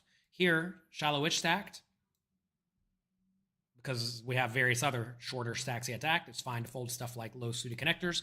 Again, maybe it's just fine to raise often if they're going to be folding a lot. I mean, we need to pay slightly better attention. We're starting to play for real money here. If the opponents fold too much, then of course we should be raising wider. I think a lot of people, though, default to raise wider because we're in a tournament. We got to get all the chips. But like we discussed earlier, 13 people get in the money and 24 people remain, and we have quite a reasonable stack. So if anything, this is a spot where we want to tighten up a little bit. You may say, why do you care about $100, John Little? Don't you want to gamble and try to win the tournament? I'm trying to show you all how to make as much money as possible from poker. That is my goal here. And when you're doing okay in the tournament and you're not in good position and you have the 7 high or queen 10 offsuit, it's okay to fold.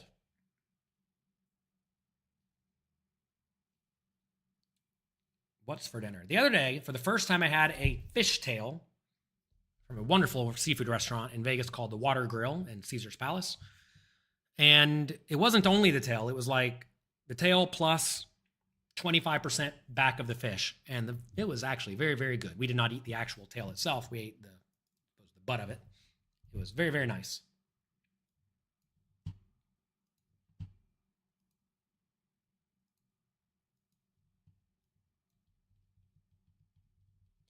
Been playing WPT Gold just to get your stats. You have 1,000 hands. Okay, you're 30, 21 VPIP preflop raise. That's probably way too wide if you're playing cash games. You should be substantially tighter, most likely. Although I do realize on WPT they have 3 big blind game or 3 blind games and an ante, which should make you play looser. That said, you should actually raise tighter on the button in a 3 blind game than a 2 blind game. A decent amount tighter. Because you have to worry about 3 people yet to act instead of only 2. So be careful in these spots. Also in 3 blind games, the small blind is just completely wrecked because they have to worry about 2 players yet to act, and they're just like always going to be sandwiched if there's an initial raise. So you got to do a lot of 3 betting and whatnot. All right, new table. Here we go.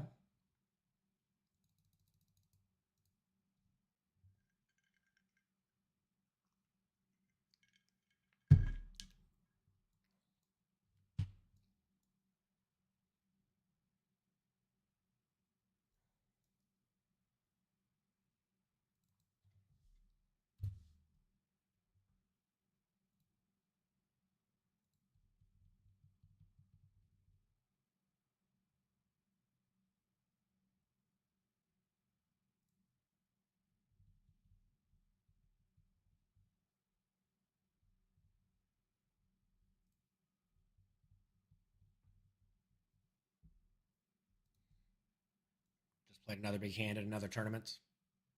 Got in with the ace-king against the ace-queen on the... I'm sorry, ace-king against king-queen on king 9-3. Wouldn't you know what the turn was? Again, that's a spot where a lot of people think, oh man, site's rigged, etc., etc. No, variance exists. Don't be a baby. King 9 suited. Can we open that under the gun? Probably. Sometimes you're going to lose. You enjoyed having me at my table in the advice. Well, thank you. Sorry I got lucky on you. Over and over and over.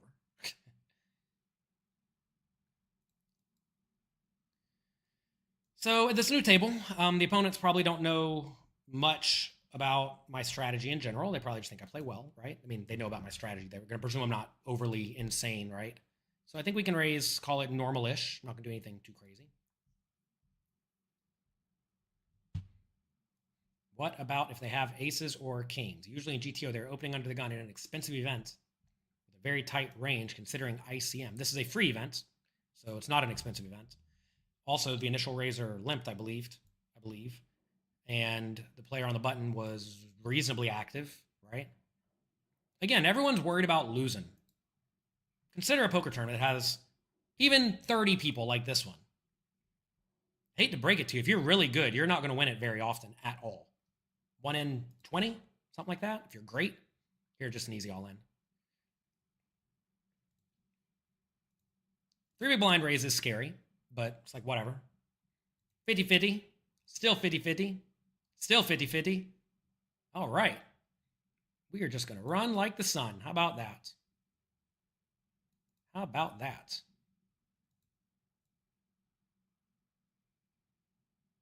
Again, you got to be kind of happy to get the money in general in tournaments. You cannot sit here and just be a super duper nit. That is how you literally never win the tournament. Winning the tournament is important. Giving yourself a reasonable chance to take one of the top few spots is very important. If you are consistently playing weak, tight, straightforward poker, you're going to get a decent amount of cashes, but almost no wins. And recognize most of the money goes to the winner. guess your perspective on fish/online bots calling too wide is solid for this online. I have no clue what you mean by that. Again, everybody's worried about bots. I'm not worried about bots. A lot of people are very worried about bots. Get that out of your head. If you think you're playing against lots of bots on a website, don't play there. Duh. Go somewhere else.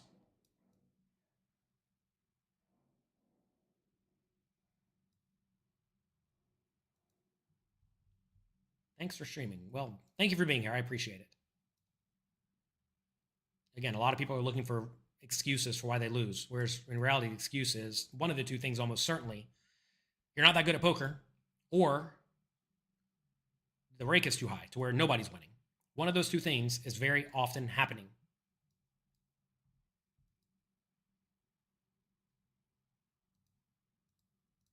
Either you're not that good at poker, or the rake is too high. And that's it. That's it. 3 big blind raise. I think we can just fold this one. I mean, look, calling may be reasonable. Again, I don't know if I need to be raised. I can't talk. I don't know if I need to be reading into the 3 big blind raise size too much. Maybe I should, maybe I shouldn't. It's tough to know.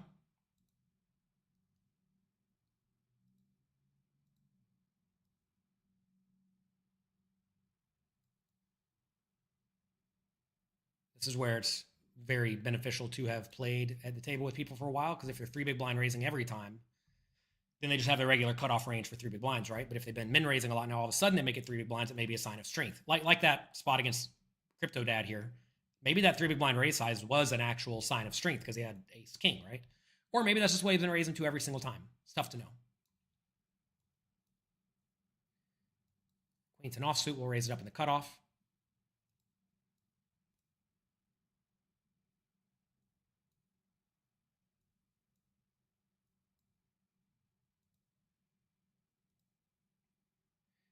If the 11 big blind stack shoved, it's probably just a fold, especially as we do get nearer and nearer to the money.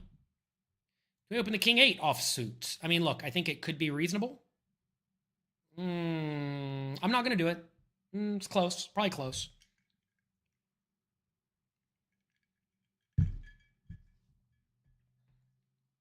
You really don't want to be opening if you're going to get shoved on a lot, right? And this player stack is very shallow to the point that they should be shoving a lot.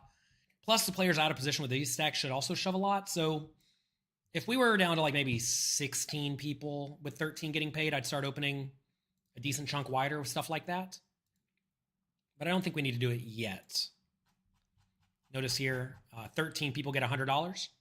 From there, there are basically no payout jumps until we get to 6th place or something. So get in the money, then try to run it up. First place is 1,300 sweets coins. What happens if you win your old free roll game? Well, I'm 1,300 SC richer. Same thing that happens if you win. We have been doing free rolls for the last year. If you're new here, well, we've been doing it for a year, giving away tons of money to all of you. Thanks to all of our poker site partners who have made all that happen, including ClubWPT Gold here. And I think I won it once out of like 20 times I played. Something like that. That was pretty cool. It's always fun to win poker tournaments. All right, ace 8 suited. We're just going to be in here pretty much no matter what. If Tiger open shoves, I'll just call. Easy. 3 big blind raise will be all in. Easy. So here is a spot where I don't think you should expect to face a raise all that often in general. But again, in a free roll, I'm not as concerned about it. And look, he could just have the nuts, right? This is a good example of a spot where he could just have the nuts and he's going to call and I'm going to lose. Or at least be 38% or whatever I am. But this is just an easy all-in. It's just an easy all-in.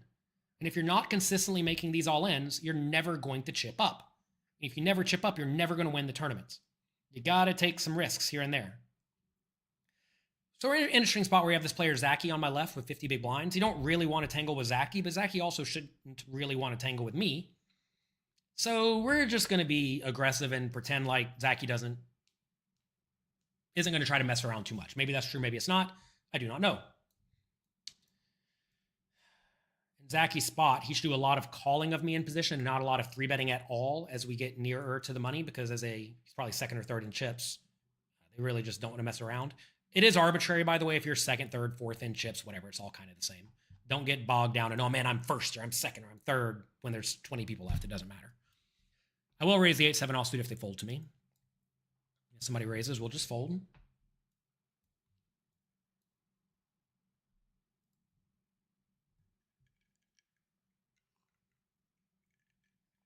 Zachy does call. Okay. Big blind calls as well. Bottom pair on the flop. I don't think we need to bet this multi-way. We will get check raise or check shove some, and that would be terrible. We can just easily check, pick up some equity, try to not fold, etc., etc. Check, check, turn nuts. Okay, that's good. There's basically no world where I'm not going to play for all the money by the river. So let's go ahead and just bet like 4. Pot will go to 14, 15 if we get called. Then we can bet kind of big on the river. I don't think we can get away with blasting it here. It's just hard to get paid by Zachy for all the money. All right, no action. That's fine. 1-7 was probably good. We will not raise the 6-2 suited, although I don't think it's that unreasonable if people are going to be too tight.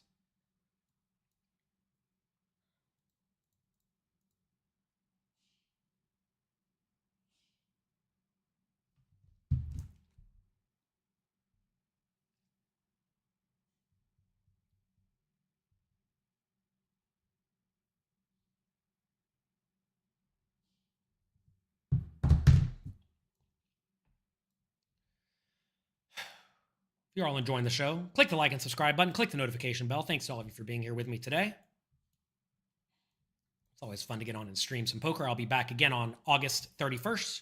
I certainly hope all of you who have not already signed up on ClubWPT sign up at pokercoaching.com/freeroll. Use code PC for poker coaching, and you will be able to play the next 5,000 SC free roll, which is exactly what I'm doing right now, and I'm going to try to win. Queen Jack offsuit. We will raise. If we get jammed, it's of course terrible and we'll fold, but any 2 high card hands are fine to raise and payout implication spots. And again, I'm not sure if the opponents are thinking about payout implications at all. I mean, we only started with 30 people, right? So you wouldn't think we're near the money, but we are on this site where a lot of the free rolls pay 30-something% of the field. Oh boy. All right, we get a draw. I mean, we don't get a draw. We get a top pair. I think we can bet small. I think that's reasonable. If we get jammed on, we just got to call it off, I think, right? This might be slightly... I mean, I don't know. This is a hard spot, right? Because if we check, both players are going to have tons of outs. But if we can get them to fold anything, like imagine someone has 10-9 with a 10 of spades.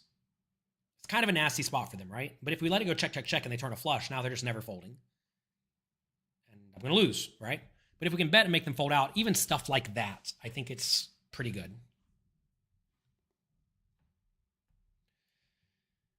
If you have any questions, comments, feedback, suggestions, type it in the chat. Facing 3 big blind raise will fold the king 7. If it was a small raise for 2 big blinds, I would call. If the dealer asks for a tip for being the person who dealt good cards and you pay them for that, is that fair to also blame them when they deal you coolers and hold them responsible? Yeah, I guess, right? If they want to be thanked for luck, they should be punished for bad luck. Don't you agree?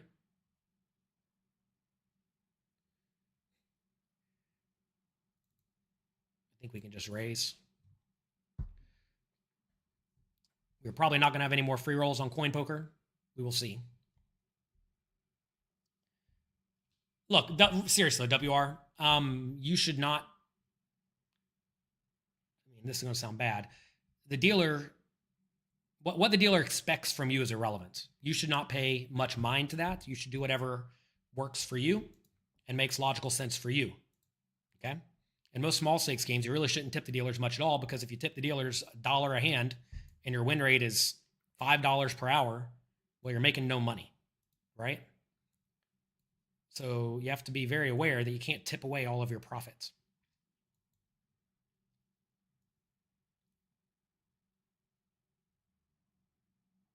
Here we can just bet and get it in. I mean, look, I realize we're going to be dead sometimes, but whatever. Not dead, but not in good shape. You may say, why raise the 8-3 suited? Like I said, I think the players are now being a little bit too tight, a little bit too cautious.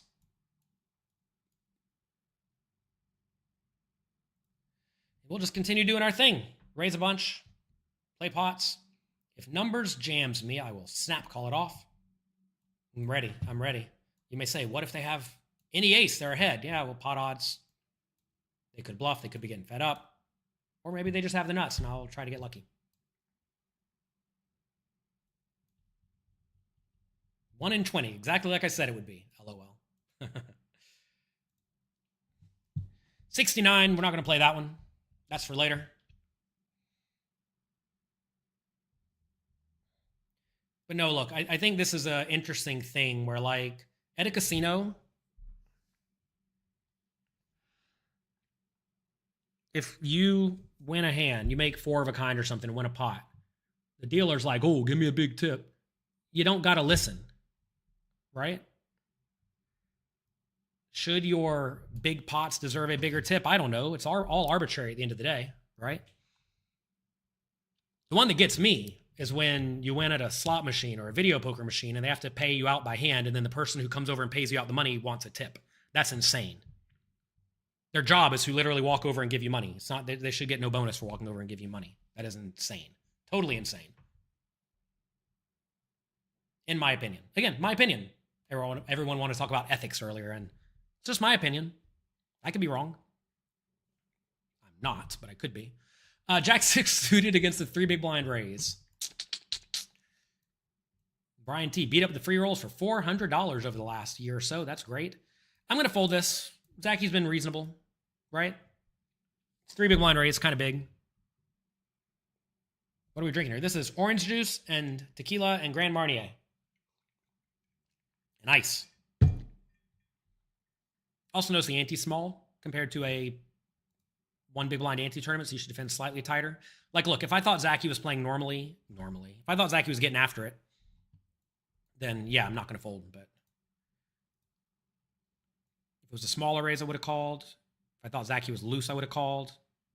3-bet could be fine. I mean, I think we could probably get in there every once in a while and not be so crazy. 8-3. We will not play the 8-3 offsuit on the button. We played the 8-3 suited. I know that was a little loose. We got away with it. But we will not play the offsuit. As you see, suited hands are much preferred by me.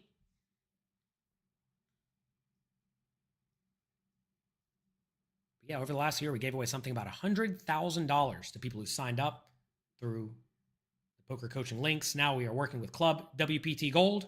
We're giving away $10,000 this month alone to people who sign up through pokercoaching.com/freeroll. Ace-5 off, we'll raise it. If we get jammed by the big blinds, or by the blinds, we will fold. They've been pretty cautious. You might say, like, shouldn't they listen to this and start jamming much wider? And the answer is just like, no, they can't get away with jamming much wider because I'm going to have good hands sometimes. And they're risking bubbling. They're risking losing kind of near the bubble. So they can't just be insane. All right, out of position, we have to do a lot of checking in general. This is a spot where I guess we could bet. I don't know. Bet feels okay because their hand's just so junk. I don't know. The problem is we can't really check and call, right? So when you can't really check and call for any reasonable bet, you should probably bet yourself some chunk of the time. I don't know. I hate this spot. I'm going to fold again. Maybe too weak. I'm okay being a little weak. It's not a big deal.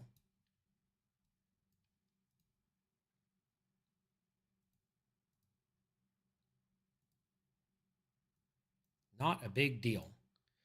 69 this time. Nope. Pass it again. Got to wait till later.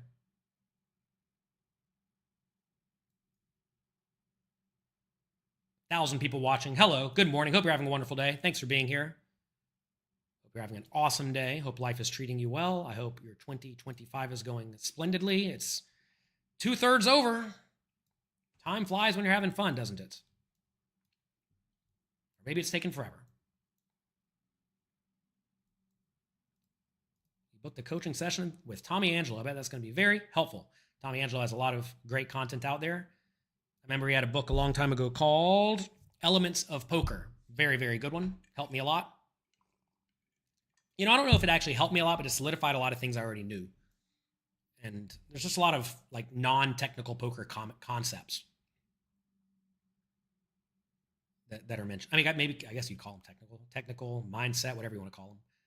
It's not like a GTO poker book. It's more of a how to be a live pro book, which is relevant. You know, if you're playing live poker, you want to be a live pro. All right, this king six off. I'm going to defend it this time because the raise is a little smaller. I don't love it. We're going to be cautious. If we get top pair, we are doomed. If we get this hand, we are doomed. I say doomed. It's not like it's bad. If he bets, I think I just shove immediately. Or do we call? Do we min raise? I would never min raise, right? Maybe I'm supposed to min raise. I don't know. The problem is he always calls an ace. But if he has like, I don't even know. Maybe call's just better. Call and then try to not fold. But like right here, by shoving, you take away his chance to bluff. The thing is, though, is all the bluffs have some equity. But maybe our hand's just too good to shove. This might... So look, whenever you're really shallow and you're out of position, shoving is never, like, bad, right? Because if he's folding he's getting decent odds, and if he folds out anything, it's great for you, okay? So if shoving's bad, it can't be that bad. The question, though, is are other plays better? And I think with that exact hand, he's never folding a pair better than mine, right? So if he's never folding a pair better than mine, will he fold on hands with equity? And the thing is, a lot of hands don't have a lot of equity because I had the king of clubs. So maybe I let the short stack concept get the best of me there. That may be the case. It's also good to let people know, hey, I might check shove you, so you better come prepared. What do you think about the pay to show your hand button? We discussed this earlier. Seems somewhat greedy from corporate. I would say it's both greedy and it's corporate. Hopefully they rethink it. I agree. I don't think anybody likes it unless you're a really bad player and you don't care about money. I think those players might like it a lot. And you know, it's important to realize that perhaps gaming sites do not cater to you. You got to recognize companies make money in all sorts of ways. Take any company that charges $5,000 for a jacket or a pair of pants. Hate to break it to you, they're not catering to most people. They don't care that their jacket costs $5,000. It's not for you. That's okay. Oh, Zachy. Oh, Zachy, you decided to come play. Oh, 3-8. You decided to come play. Come on in, numbers. All right, this is just an easy all-in. Nothing to see here. They could have aces. Again, they could just have it. It's like, whatever. 50-50. We do not win this one. Fine and good. Try again next time.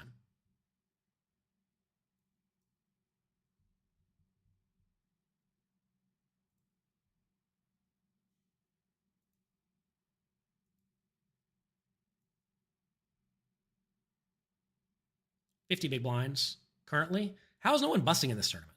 Is this accurate? I guess it is, right?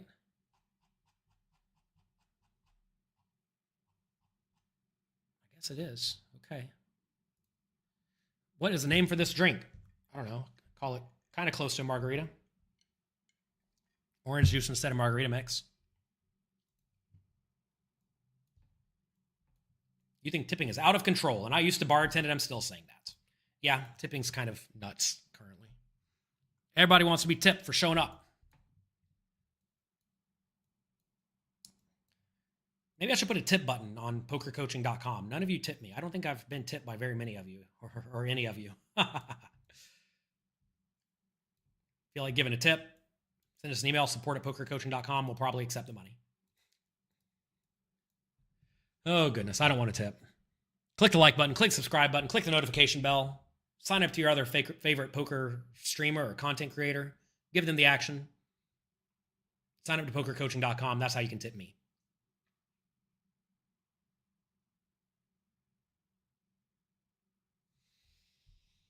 All right, 6-3 suited. All right, we're down to 19. We lost somebody. I wasn't even paying attention. I, Jonathan, will struggle at paying attention in online poker so bad. I'm over here talking to the chat. I'm over here playing other games. It kind of sucks that people who've already signed up can't play the free roll. Yeah, that's tough. I agree. Not disagreeing.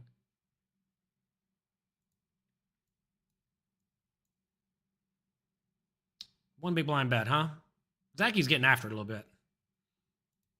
Limped and then bet one big blind. Okay. What kind of range are we dealing with here? So here they can have all the flushes, so we don't want to have any leads. And if they bet turn, we'll just fold, even for tiny. Annoying spot. Did Zacky bluff earlier? Not that it matters that much. I think a lot of people are like, oh, did they bluff earlier? If they did, then I should call more often or whatever, right? I think it's okay to fold there. We have lots of hands with a club. In spots like that, you always want to ask, do I have better hands to continue? And we have tons of hands that have either a club or a pair that's bigger than a 6. So we don't need to stick around too wide in that spot, especially with our hands that just get screwed on a club and could easily be dead anyway. All right, down to 17, 13 get paid. We're hanging around, doing our best.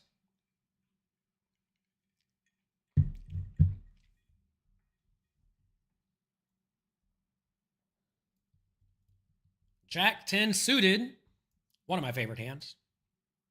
I like the Jack 8 a little bit better. Nobody sees that one coming. Lots of people see the Jack 10 coming. Do you all think this red trophy behind me looks bad? It's a cool trophy, but it looks like I have a red halo or something. I'm not sure it looks right. Michael Scott, thank you very much. Would you believe I've been watching The Office a lot recently? All right, what is this? I'm just going to call. This should be a strong raise, but Jack 10 suited is great. I don't think I want to jam it. So given this should be strong-ish, but I think hand's good enough, and we should not get jammed by these players too often, I think it's okay to call. If they check to me, I'll bet, and we're just putting our money in. If this player jams, we're calling it off. We're not folding. Sorry. Flop's too good. We'll go small to perhaps induce shoves from weaker stuff. If this player calls, we're going to be jamming a lot of turns. This pot's going to be 12.5. They have 12, right? If Maddie now jams, again, we just call it off. Hand's too good. All right. If it turns a brick, we're going to jam. And I realize this is not exactly a brick because 6-5 gets there, 7-4 suited gets there, whatever. But this player's going to have a lot of hands with a 10, a lot of which we beat, some 9x, some 8s, some 7s. So we just got to go for it. And they're always going to call us with all better hands. But they're going to call us with some worse hands, and they're going to fold on hands that have decent equity. So we got to shove.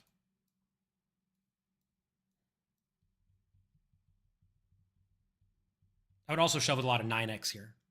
If I had like 9, ace-9, king-9, queen-9 suiteds, those would be really good hands to shove too, I think, because those get obviously better hands to fold. Whatever the gut shot would be too, so queen-jack would be a good shove. Spots like that, always do your best to try to make sure you have value shoves and bluffs, assuming you think you have any fold equity whatsoever, which I gotta presume I do.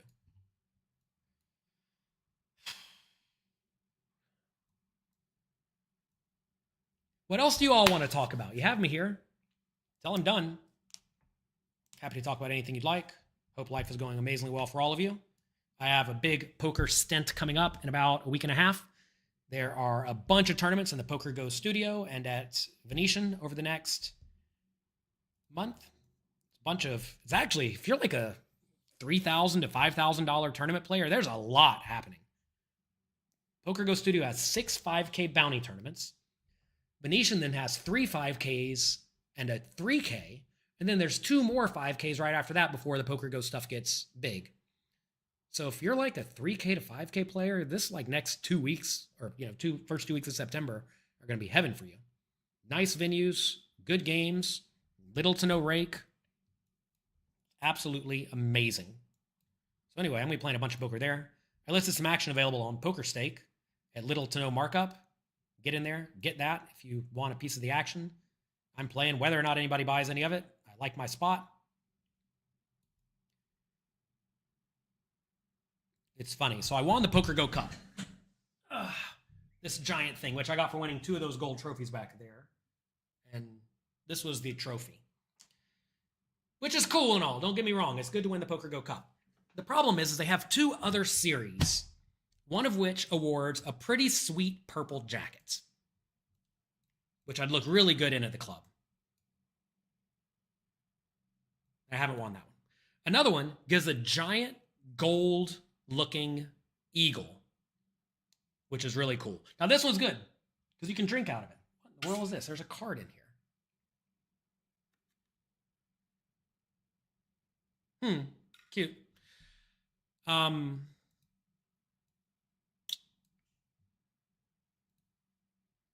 This is the lamest trophy of the bunch. But I'm not complaining. I'm just stating the Poker Masters is coming up, and I would look really good in that purple jacket at the club. So we're going to try to win that.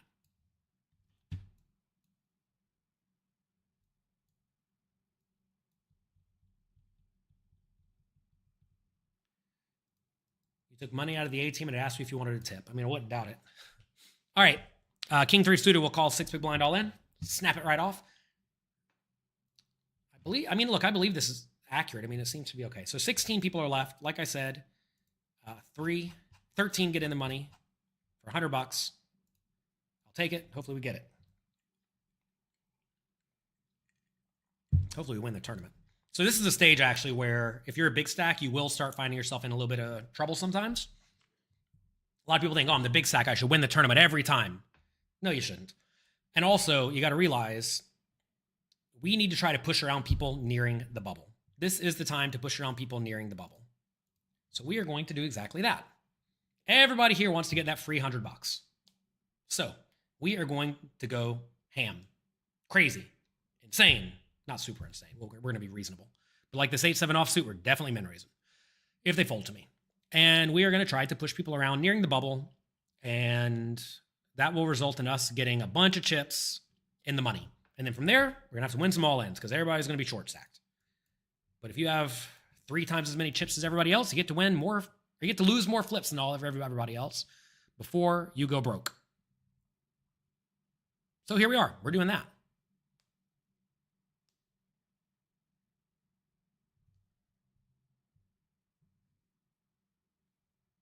That's my strategy. Now everybody knows they can play accordingly.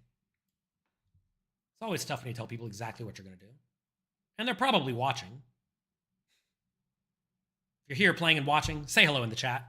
Make yourself known. You don't have to say who you are. Might as well be friendly, though. Better friendly than not friendly. 5-3 off. Not going to play. If you click, each player will show their VP, IP, and preflop raise. Okay, cool. Oh gosh, are we scared to look at mine? 28-19. Okay, that's reasonable. That's not too crazy. For the whole tournament? So it's like a bit of a very simplified, very simplified heads-up display.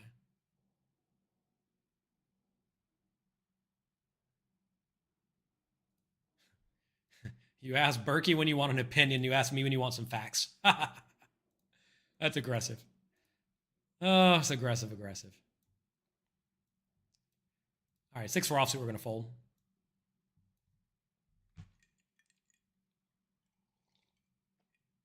You all can't even see all the cool little trophies. Look at this. I got a whole plate of bracelets. Yeah? Can you see? Serve up a whole plate of them. That's just on the side for fun. I got some of them in another room. See all those things? You can't even see them. It's a whole stack of coin protectors they give you from winning smaller buy-in tournaments. I got about 12 of them. That's fun. You can't even see those. There's a bunch of see-through glass trophies. Like right here. 1, 2, 3, 4, 5, 6. 6 trophies on that shelf. I got a bunch of art. I got a $50 trillion bill from Zimbabwe to remind you all, don't let them inflate your money away. Yeah. $50 trillion bill. These go for about $200 today. From the Bank of Zimbabwe. They deflated their money away. Make sure you protect yourself before you wreck yourself.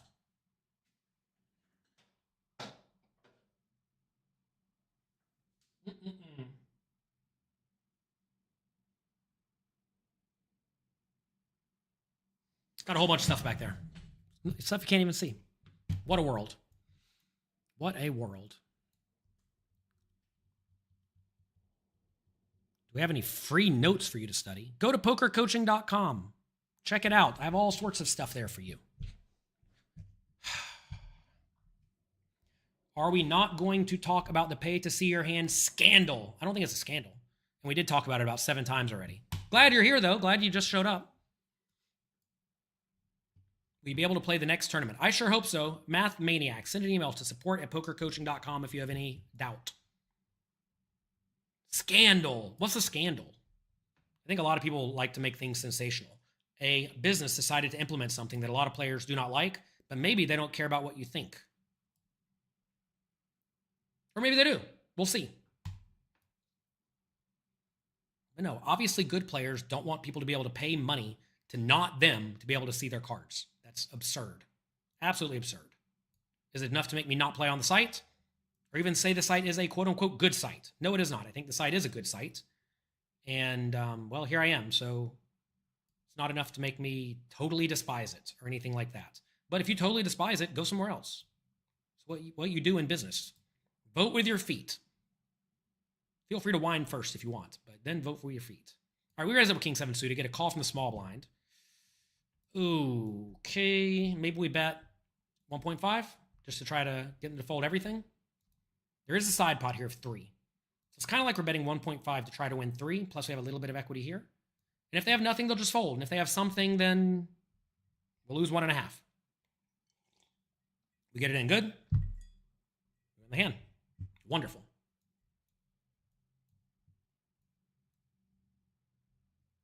What was Deck of Degeneracy? Deck of Degeneracy was an NFT project I ran. It's still going. We have free roll tournaments for art pieces currently. Long story short, people gave me a bunch of funds, and I gave them back about 2 times that amount, plus some fun parties, plus tons of art, etc., etc., etc. I'm not going to hash it out all now, but it was a wonderful experience. Still going on barely. But most of the value of the project has been given away already. It was meant to be a 1 or 2 year project. We've been giving out value for about 3.5 years now, and I'm very, very happy that that is the case. The Green Visor Poker Gang is now running our poker games for us to make my life easy. And I love it. It's great.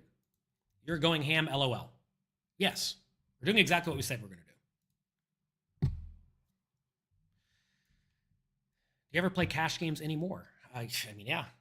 There's a nice game in New York I play every month if I'm available. I don't really just like go to the casino to play cash games so much because I don't think it's really worth the time and effort for me. I'd rather just make content for all of you.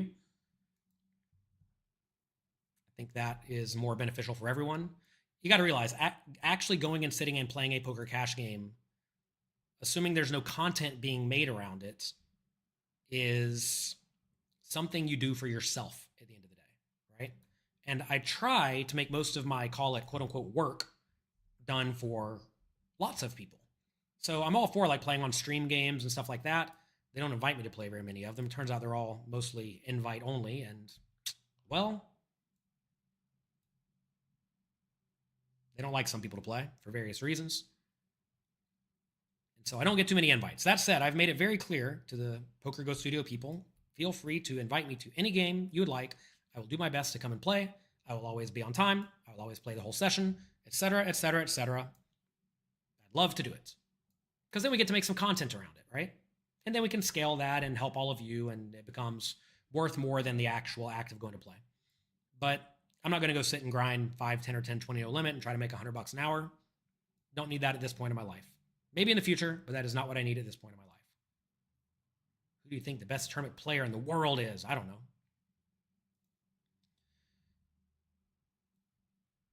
I don't even think it's that good of a question, really. A lot of people think whoever's running the hottest is the best. So that's easy to say. I would likely presume the best tournament player is not the person running the hottest.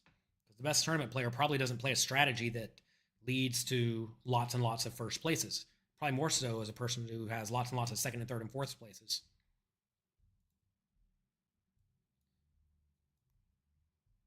I just got limp re-raised on another table. I have kings. You think they got aces? I don't care. I'm all in.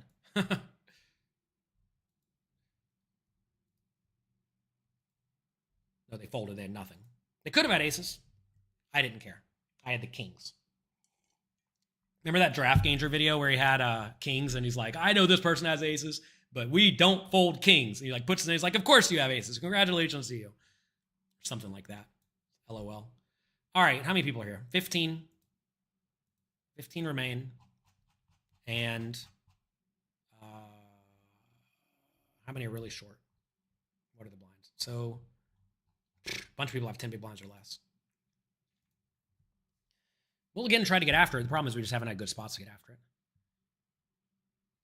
You're teaching your 25-year-old daughter poker. You are a good dad, right? Sure, I think poker's a great game. Poker's a great game that teaches you a lot about yourself and a lot about life, assuming you are open-minded and you will listen and you will learn. Your favorite is the Hard Rock Guitar Pick Trophy. Oh my gosh, would you believe that one right there, the guitar pick,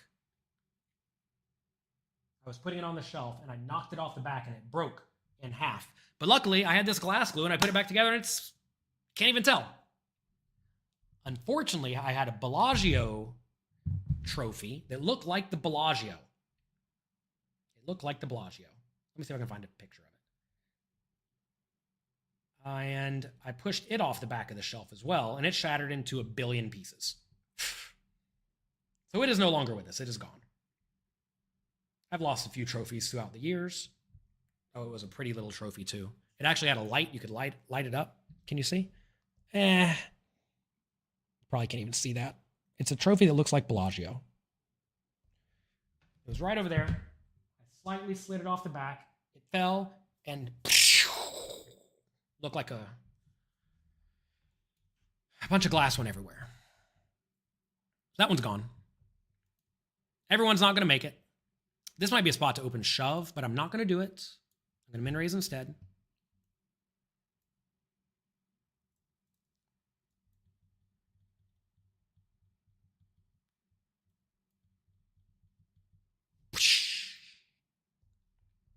I was actually very sad about it because at Bellagio, they did this thing for a long time where they continuously downgraded their trophies, okay? They initially gave this. This is a solid gold bracelet, okay? It says Bellagio on it. Yeah, can you see? Before this, they gave like little small trophies. They weren't worth anything, low glass trophies. I got this randomly for winning like a $500 tournament. That was a fun tournament. It was a one-day tournament. Started at 10 a.m. We played until 6 a.m. and the players around me were falling out, going to sleep. That bracelet is worth like $5,000 worth of gold, or at least it was back in the day. It might be worth more now. Next, after that, they downgraded.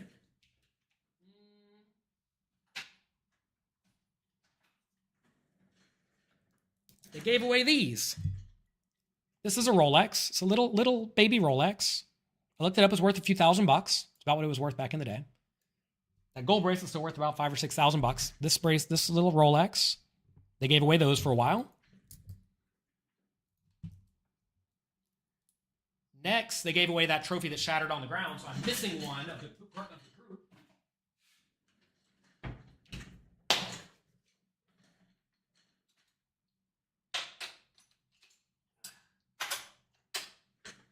Go into our coin protectors here. Then they downgraded to these. These are little coin protectors. So they downgraded from literal gold bracelet made of gold. Get lucky here, that's nice. Then they downgraded to a Rolex. Then they downgraded to that trophy I shattered on the ground. Then they downgraded to coin protectors. I won 2 tournaments back-to-back days. $10,000 buy-in. They had about 20 people or 15 people or something. Small games. It says Poker Tournament Champion from Bellagio.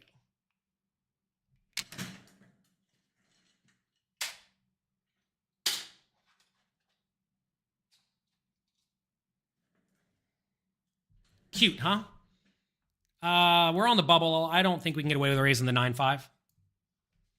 9-5's pretty bad. We are on the bubble, I get that.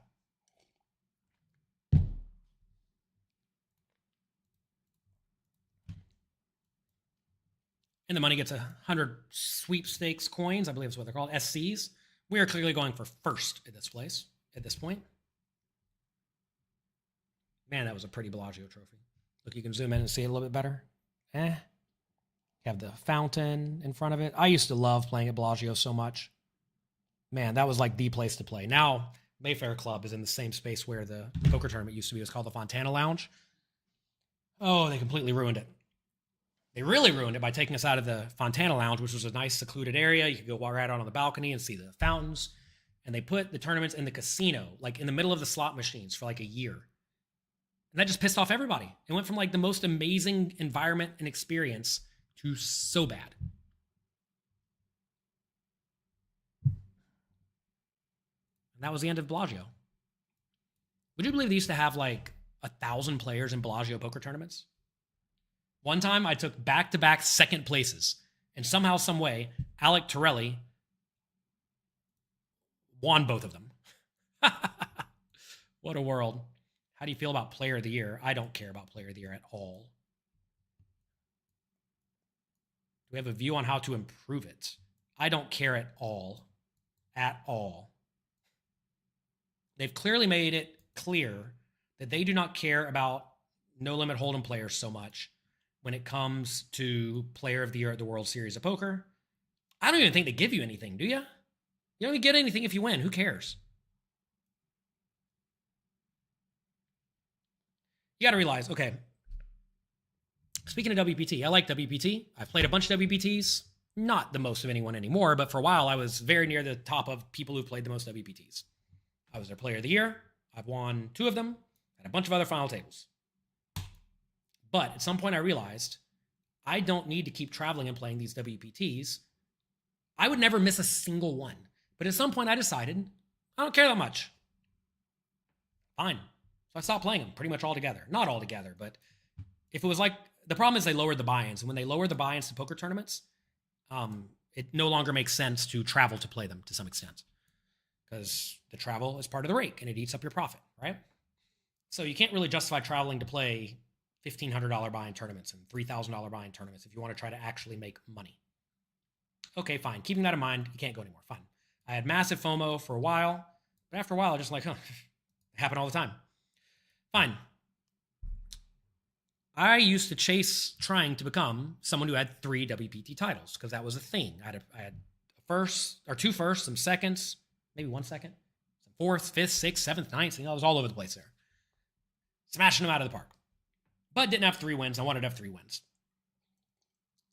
But eventually it occurred to me, like, why am I traveling to a random place I don't really want to go to play a random tournament I'm probably not going to win because it has 1,000 people for this? So I got over it, right? And there's this saying, play stupid games, win stupid prizes. It's an interesting saying, because what defines a stupid game? Well, I'm not going to say World Series Player of the Year is a stupid game, but if you win, you get a stupid prize. I mean, what is the prize? I think you literally get nothing. You get no money. I don't even think they give you a trophy. So if they don't give you money, they don't give you a trophy, but they give you a banner on the wall, okay, sure. Is that worth sacrificing a lot of time and effort and energy to get? Depends on your odds of getting it, of course, right?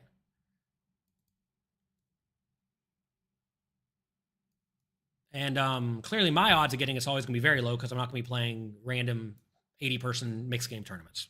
Just not going to do it. It's not happening. So I don't care. Let them play their games. Make whoever you want Player of the Year. Does not impact me whatsoever.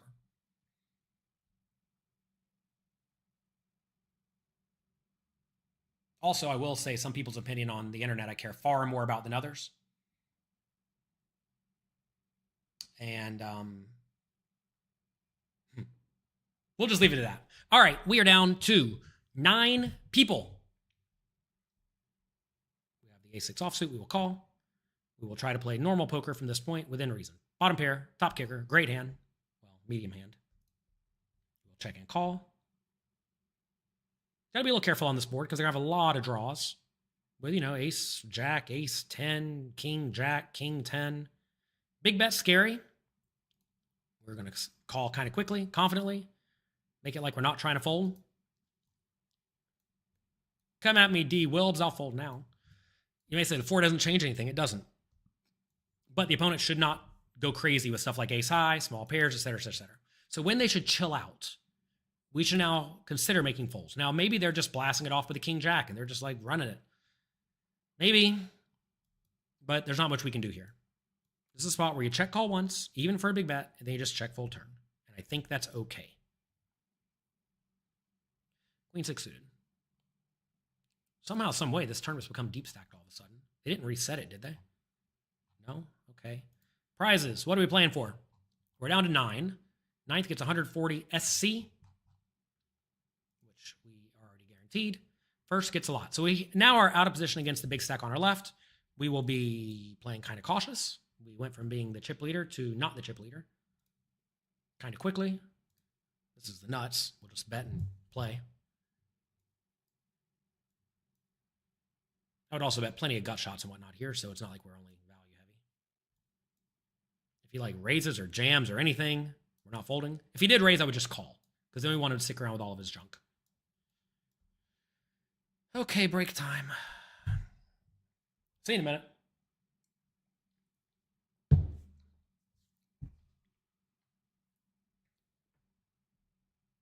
Playing another hand. I got it in with ace, queen against ace 10 for a bunch of chips. And we win. Lucky day. Holla.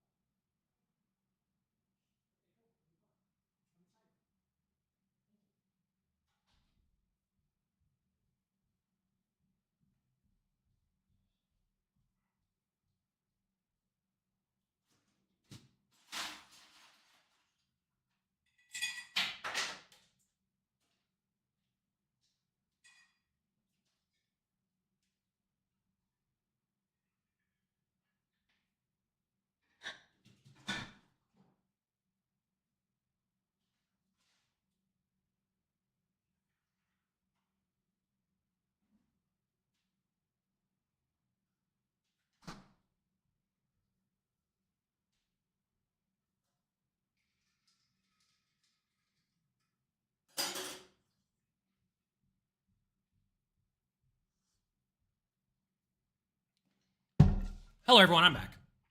Want me to tell you all something that I think almost nobody knows? You got 11th. Congrats. Jumpstart your bankroll. Glad to hear it. They gave D-Negs a new truck when they won in the early 2000s. Yeah, that's not nowadays. Do you have any thoughts on Mizrachi's Lucky Sun Run? Lucky Sun Run, that's for sure. They should just do a player panel at the end of the series and vote. Points total is lame if you're going to. No, I think points total is the only way to do it. Don't vote. That's ridiculous. Have a points total, and that's the game. That is what all player of the years are. You don't vote for that. That's insane.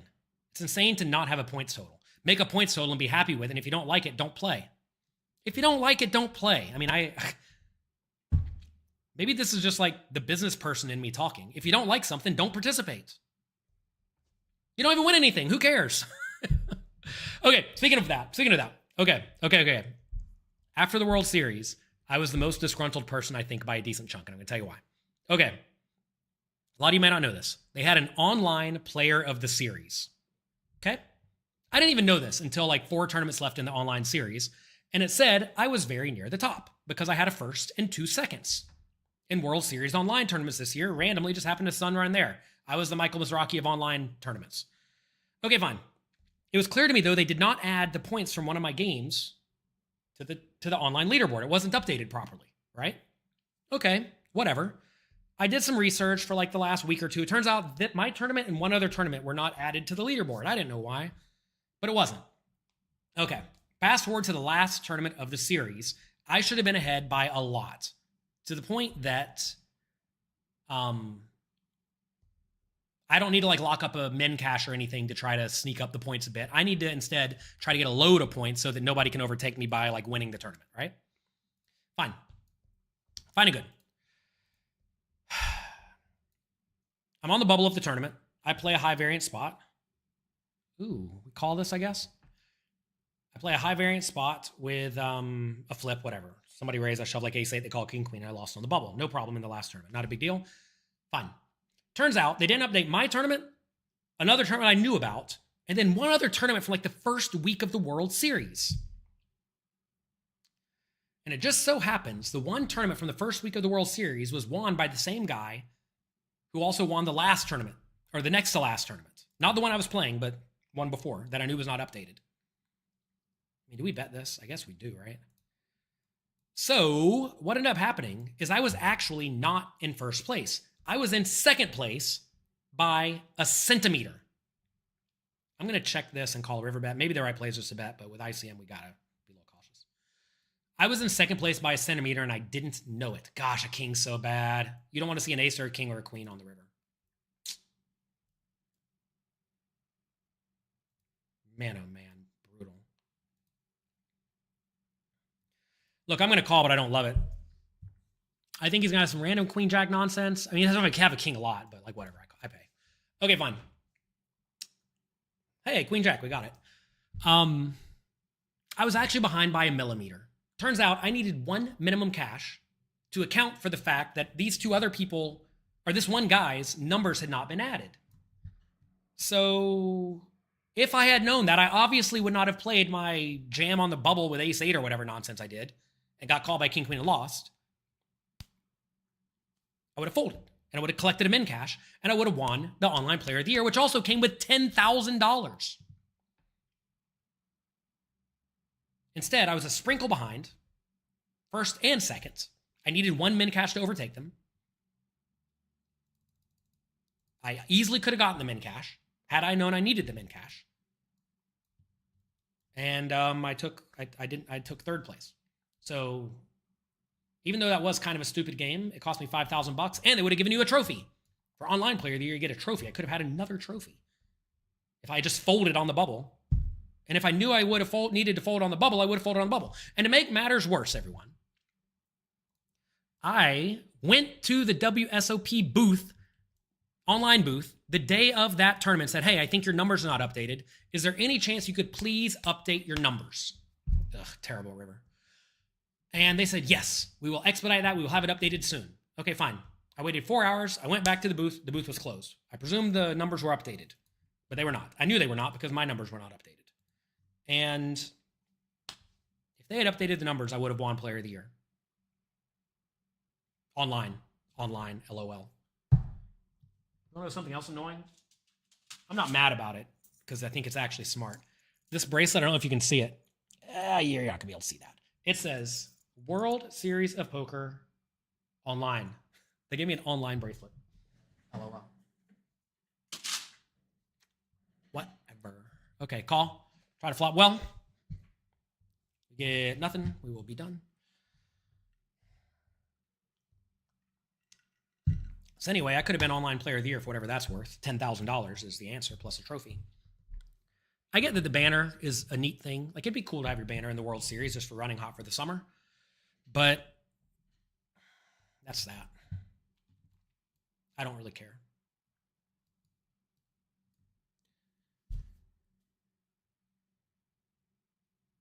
Mizrachi definitely plays a style that will result in him losing a lot or winning a lot. And, you know, that's not such a bad strategy in very high variance environments. What do the crowns mean? What crowns are you referring to? What are my top 5 TV series of all time? Well, look, I haven't been around for all time. I'm a relatively young person. I'm only 40. I'm watching The Office right now. I think The Office is awesome. I like Parks and Rec. Parks and Rec is a cool show. Weird Limp. Ugh. I'm going to call. I don't know what I'm supposed to do here. Maybe raise. Maybe jam and take the... I can't jam because this guy has too many. Now we just fold. Whatever. I mean, you got to presume the limping range should be calling a lot. Like a lot, but it doesn't. So I don't know what's happening. Office and Parks and Rec are shows I've watched recently. Those are very funny. Might go back and rewatch Sopranos. Sopranos is really good. But again, like, you don't even know what's good if you haven't seen it, right? So I'm sure there's plenty of shows that I have not seen that are awesome.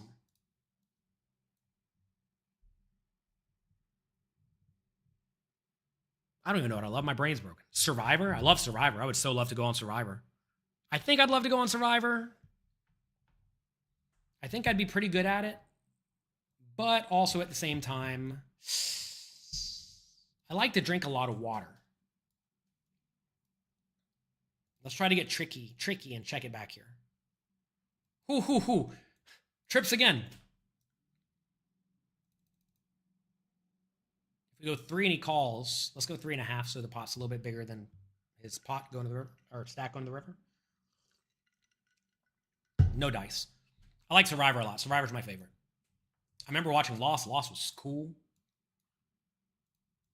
Again, I don't know if these are best of all time.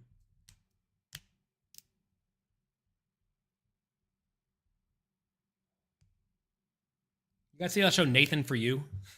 That show Nathan For You was hilarious. Nathan For You. Hilarious show. In my opinion. Again, my opinion.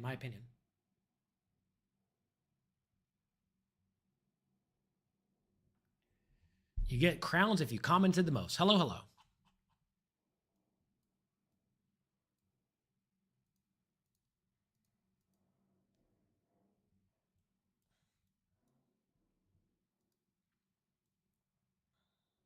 I don't even know who won Player of the Year in the World Series. Was it Mizrachi?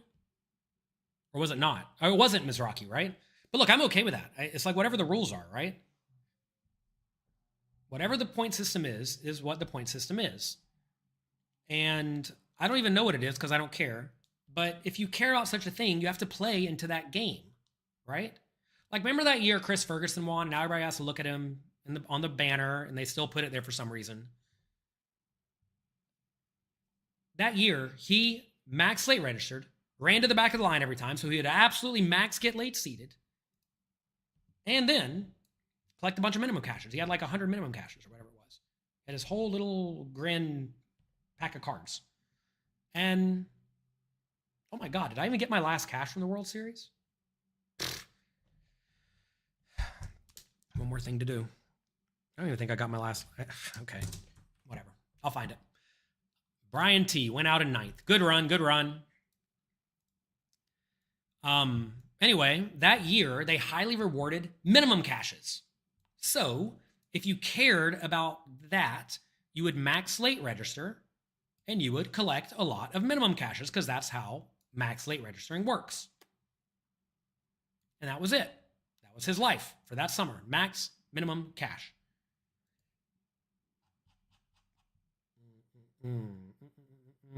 Okay.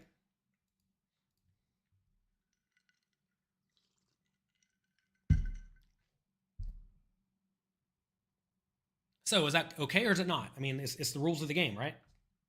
You play the rules of the game you're signing up to. I mean, heck, my online thing, I needed a minimum cash. I didn't know it, but I needed a minimum cash, right? If I knew I needed a minimum cash, I would have got a minimum cash. I would have won.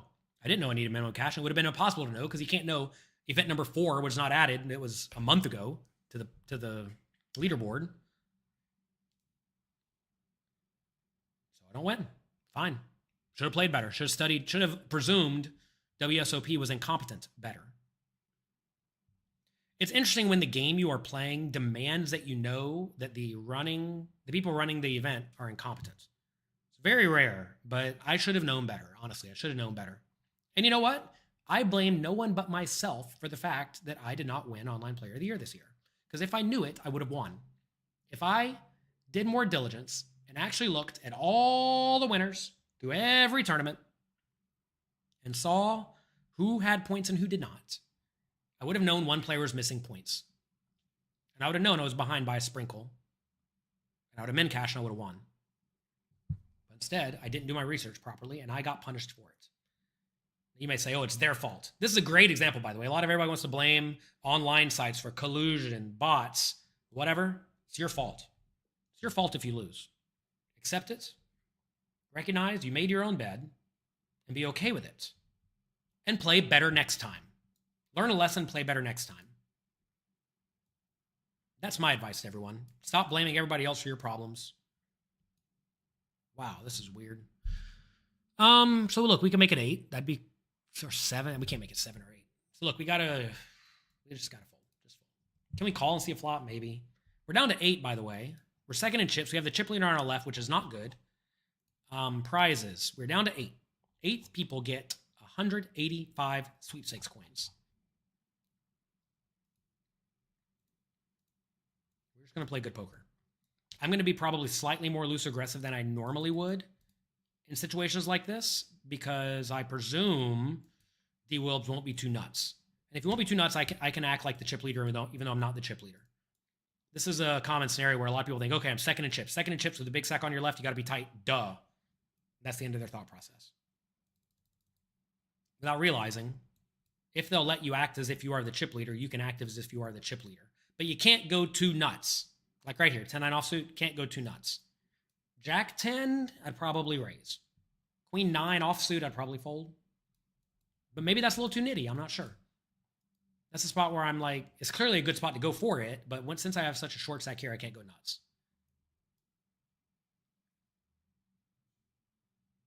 I'd like Survivor until I had to poop in the woods. No, I can poop in the woods. That's fine. I've done that millions of times.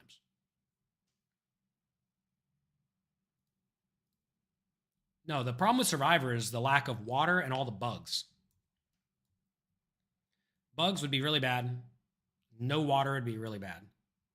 I drink so much water. I mean, look at this. I keep this goblet of water here all day, every day. I drink this goblet of water all day. Shout out to Patricia Cardner. She got me these cups a long time ago. They are a great investment. These are Yeti cups. They keep your water cold for a very long time. And they're awesome. Get that plus a good water filter, and oh, you can drink water all day, every day. You'll sweat and pee a lot.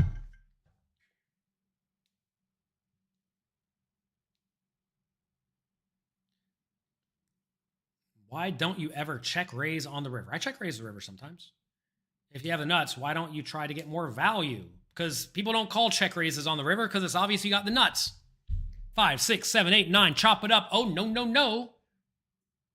GG, bye. But no, I think so look, I've talked to Boston Rob a lot and Tyson Apostle. We've hung out a decent amount of times, and I think I'd be pretty decent on Survivor. I may struggle with call it being too blunt, I guess. I mean, look, you all know me. I don't sugarcoat stuff. I tell it how it is. And in Survivor, you may have to straight up lie to somebody. And I'm not so good at straight up lying to people. I don't think that's my strength, but I think I'd be okay at getting people to do what I want them to do within reason. Now, look, if I go on Survivor and lie my ass off because I got it, don't be mad at me, okay? That's the game. You got to realize you're playing a game. Once you realize you are playing a game and you're not like building lifelong friendships or whatever, everything else falls away and you can just do the things that are required to win the game. I think I'd be great at challenges. I think I'd be more athletic than most of you think I would be. And I think I may not be good at like finding idols and stuff. I would do my best. Like I would outwork everybody. I could promise I'd outwork everybody within reason. I'm not going to be the guy like scampering and running around and being insane. But once we're out there doing it, I would do it a little bit longer and harder than everybody. And I would make very close friends and allies. And I think I'd be good at layering friends and allies. Because if you're my number one, you know you're my number one. If you're my number 5, you may think you're my number 1. I'm not sure. Or maybe you don't. I don't know. Weird game. I think I'd be good at it. I would not be like the other people who've been on Survivor who play poker. I can tell you that. Holy moly. Did you all watch the other people? Garrett was on it. He was crying about not getting his grilled chicken all the time. Garrett Adelstein went out on Survivor. Ripped as can be. Buff as can be. And I'm like, oh my God. Step number 1, put a lot of fat on. You got to put a lot of fat on before you go on Survivor because you're not going to eat. Duh. Right? So put on a lot of fat. We're going to call Trapper John. It's not going to trap me this time. I got the nuts.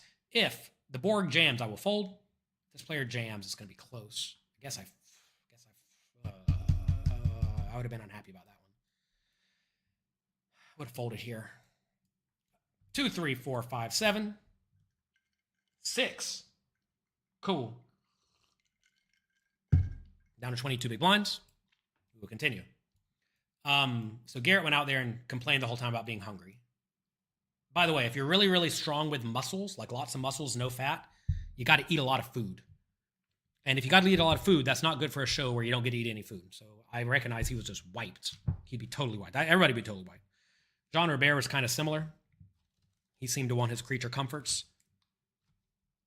Anna Cade was on at one point. She was like fine on there, but didn't make it. I think in Survivor, you have to be very empathetic.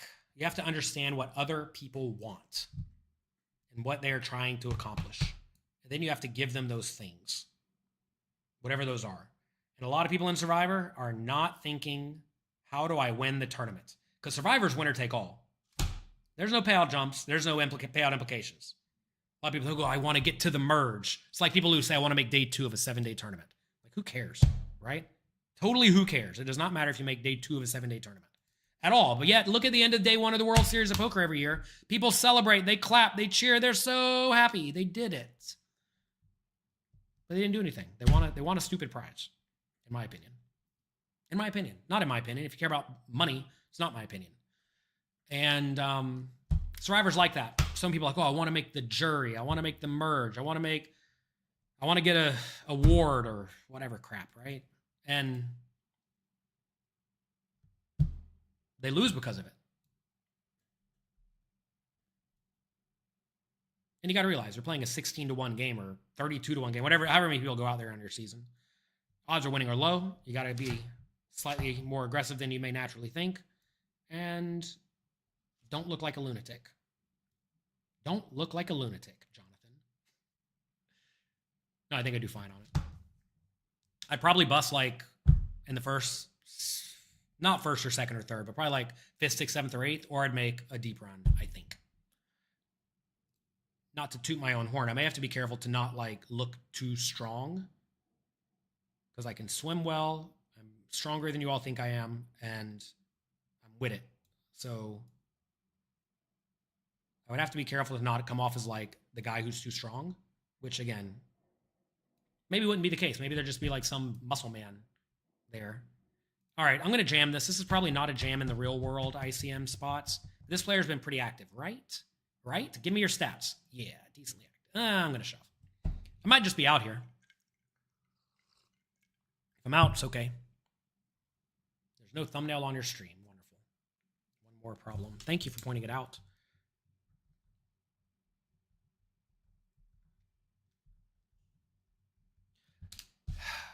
Obviously, you want folds here. If you get called, you're not loving it. Shout out to Trisha Cardner. There you go. Trisha Cardner and I wrote 2 books together called Positive Poker and Peak Poker. Wait, what's it called? Positive Poker and Peak Poker Performance. They're back there. That's probably a fold in real ICM world. I kind of feel like this Ogre player is opening a decent amount of the time. Maybe I'm just been looking at it when that's the case. I'm not sure. We are down to 7. I mean, look, we're trying to win this tournament, okay? I'm trying to win my own free roll. 7th place gets 237 sweepstakes bucks. You can buy like a decent dinner in Vegas for that. We're about to be down to 6. Ace 2 3 4 5. Okay.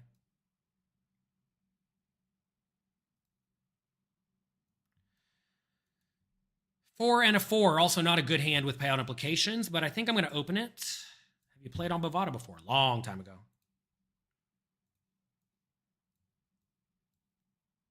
On the other table, I had 7-2. Big blind versus blind comes 10-7-3. Backdoor flush draw. He bets, I call. Turns a 6, giving me a flush draw. River, we get it all in. We get it all in. He has Jack 9 offsuit. No flush draw. For just like total airball. River, Jack. Got me again. All right, I bet small on the flop. They call. Are we going to triple? Yeah, I mean, clearly, right? Let's go 3.5 to try to make it look like, oh my God, thank God I bet 3.5. I'll save half a big blind. Why would you min raise? That's just not a good play. Whatever this is not a good play, unless you're just going crazy. That's crazy. You should never raise there because I have all the nuts. When you're raising into a range that's all the nuts, you're just doomed when they have it. And you need me to be over bluffing there with like under pairs, right? You need me to be over bluffing with nothing. If you had the nuts, you should just call, right? That's a weird spot. I think that's, I don't know who the Borg is, etc. But that's probably a very big mistake. Because like shit, it was just obviously a big mistake against me because I was going to triple the river. And if you had a draw, you need to jam to try to force me off of my marginal made hands, right? But if you min raise, I mean, min raise like is the worst of all the options, I think. Because if I have a draw, I can easily call, right? Getting really good odds. And if I have nothing like I had, I can easily fold and not bluff it off on the river. If I have nuts, well, whatever, it doesn't make a difference. Fun spot, though. I was shoving any river, by the way, clearly. For study purposes. You seem to be a nice guy. I don't know if I'm a nice guy. I think I'm a very reasonably honest, straightforward person. I don't know about nice. I'm pretty nice. Let's get real. I'm pretty nice. I'm here for all of you, streaming a third of my day. We're doing it again on August 31st, by the way. Sign up at pokercoaching.com/freeroll. We have another $5,000 free roll. Maybe you all can bust me before I make the final table next time. We'll see.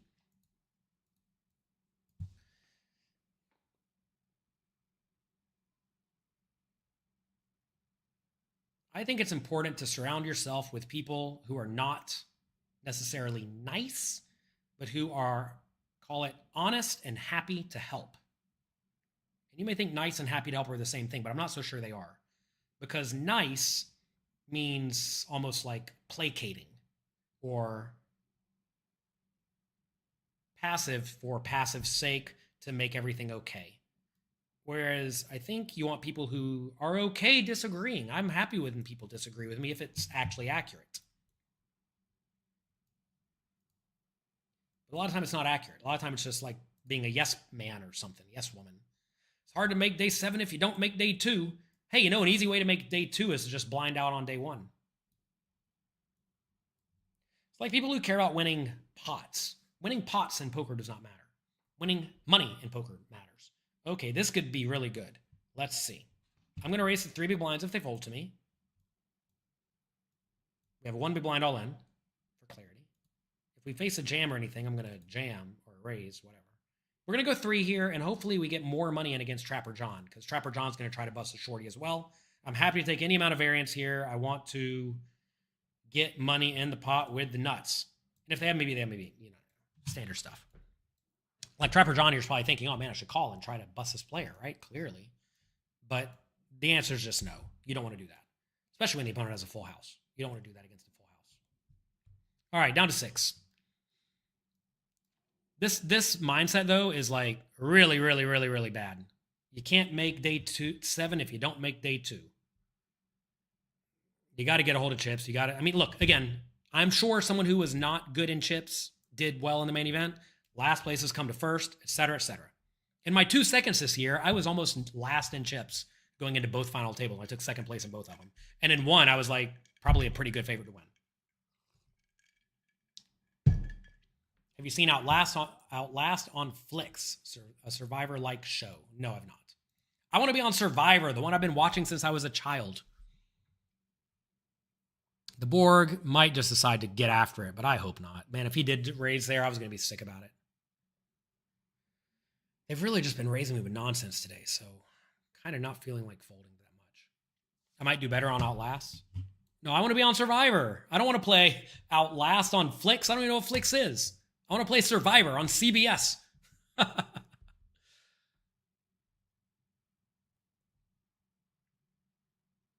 right, raise. D-Wilbs calls. D-Wilbs been pretty active.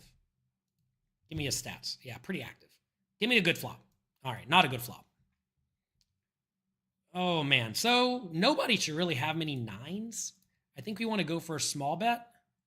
This might be too aggressive. Obviously, out of position, you want to be doing a lot of checking. I think people fold too much here. Backdoor draws and stuff.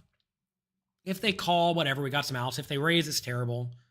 I don't think we're going to get raised all that often, so we're going to get to see the turn a lot, and hopefully we're going to get to see the river a lot. Now, 8 of spades isn't what we were going for. Let's check. And if he bets, we're going to fold. If he bets, we're going to fold. He's going to have a lot of pocket pairs. It's very risky for him to bet the turn. It's also very risky for him to bet the river. Now, do we check call the river? Wow, check call river might be a thing. We beat ace 10 and 5 and 4. Would he value bet pocket 7s on the river? Probably not. No need to do that. So, oh my God. So we lose to ace jack, king jack, queen jack. Probably going to fold ace jack, king jack, queen jack on the flop. This might look bonkers, but I'm going to find a call. I hate it, but I'm going to find a call. Silly John Little. What's he got? Oh, boat. Great. Okay, fine. Not boat. Set. Good. When they show you a set, you don't care about the call. You don't want them to show you like thin value. Thin value would be a disaster. Thin value would be a disaster. You don't want to see thin value. You want to see nuts. If you see nuts, it's fine because they don't have very many nuts. You want to see nuts or bluff. You do not want to see thin value. King jack all in, obviously. All right, we're behind. 50-50. Okay, good. Just win every hand. You're all in. I just busted you. Trapper John. The Borg nailed you with the rivers. Good luck. GG, private mail.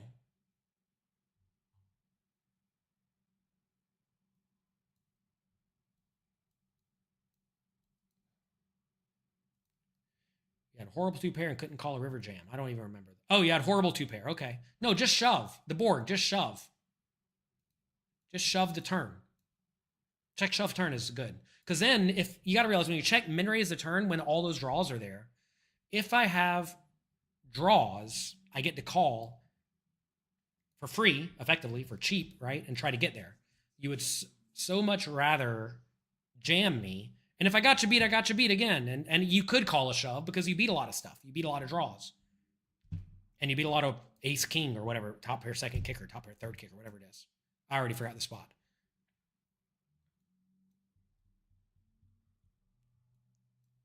That might have been a bad call. Who knows? It's either bad or it's great. The thing is, in spots like that, actually in a lot of spots in poker, your calls on the river are either really good or really bad. If they're over bluffing, calling is really good. If they're under bluffing, calling is really bad. There, I thought there'd be a lot of unpaired high cards and ace-x and straight draws, and all of those miss. When all those draws miss, I'm very call happy. If you all have studied Jay Little content, you know Jay Little is very call happy when all the draws miss. And I know that's kind of a weird spot, but I thought there wouldn't be very many thin value bets with like pocket 6s or whatever the middle pairs were. So if they're not very many thin value bets, and it's kind of hard to have the top pair because I block ace jack, then what is it? It's just a lot of bluffs, right?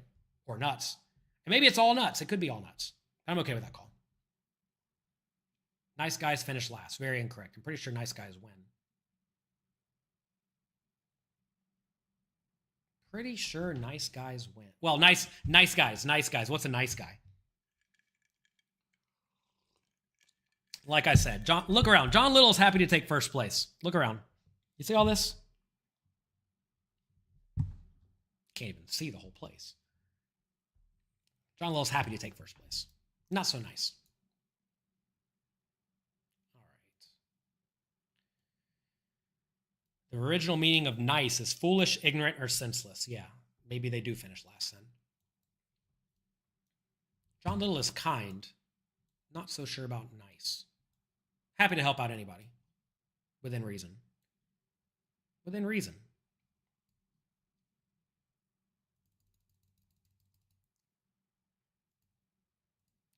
All right, Queen Jack offsuit. So look, here we have a middle stack. You got to be very careful. I'm going to click it here. I think this looks decent. If we get jammed, we can fold, no problem, right?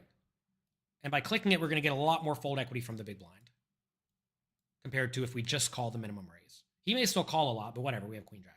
And if he jams, we fold, it's fine. Folds is fine. We get in against a 69. Told you we deal with a 69 later. And we win.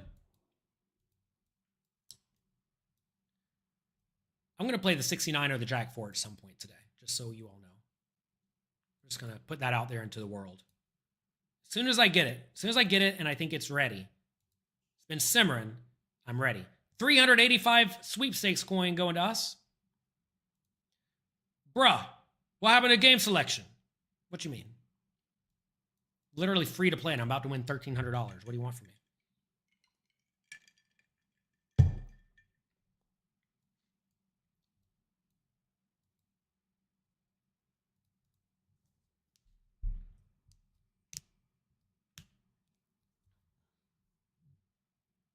Yeah, real then. I mean, I do my best to be open, honest, real, and give you as much advice as I possibly can and help you all enjoy your life and your hobbies and your experiences better. I'm all about having a good time and enjoying life and adding value to other people. Speaking of adding value to other people, ace 10 offsuit is second, third in chips, whatever. What is this? Raise minimum 3-bet. Borg just minimum 3-bet with the nuts that he planned on folding if I jammed him, so he claims. I mean, I would be so tempted to jam this if I knew anything about the Borg. The Borg was literally in the chat telling me they did this with medium strength hand. So like if this is a medium strength hand, obviously I jam. Minimum re-raise is never good, by the way, because you give the player really good odds to call. D. Wilbs can now call. D. Wilbs can now call. And then check fold every time they don't make the nuts. And you're not making any money because they were getting 7-1 pre-flop. If you're going to starve yourself in the woods, as in on Survivor, pick the best odds to win. No. Bad logic. Bad logic. Bad logic. Bad logic. Let me explain why. Prez, me and you can go out in the woods right now and fist fight to the death. And I'm 50-50 to win. Or whatever it is. Who knows what it is. And I can win. But nobody cares. If you win on Survivor, on CBS, with millions of people watching, people actually kind of care. If you win, whatever show you set on Flix, a station, I don't even know what that is. I don't know the viewership of Survivor. Chat, I'm going to ask ChatGPT. Chat.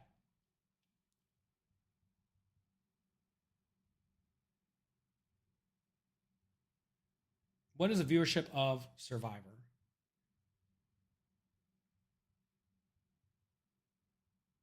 Per episode, roughly. Not viewership. I can't type. We were trying to play poker on a bunch of tables, talk to all of you. And then what was the name of the other one? It was on Flix. Flix.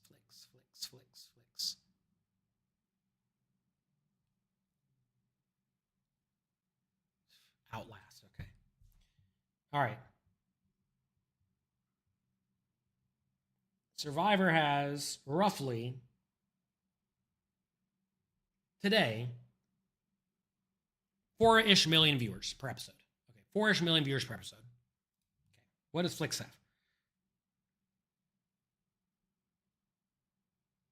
Netflix Outlast is on Netflix. On Flux, not Flix. Come on, guys, get it right. Yeah, Outlast on Flux. Okay. Chat's so good, it just knows.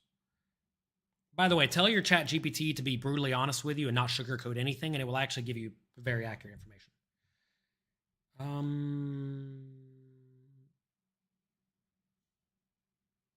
It doesn't even know how many viewers it got. It's not available. Guess, please. Guess, please.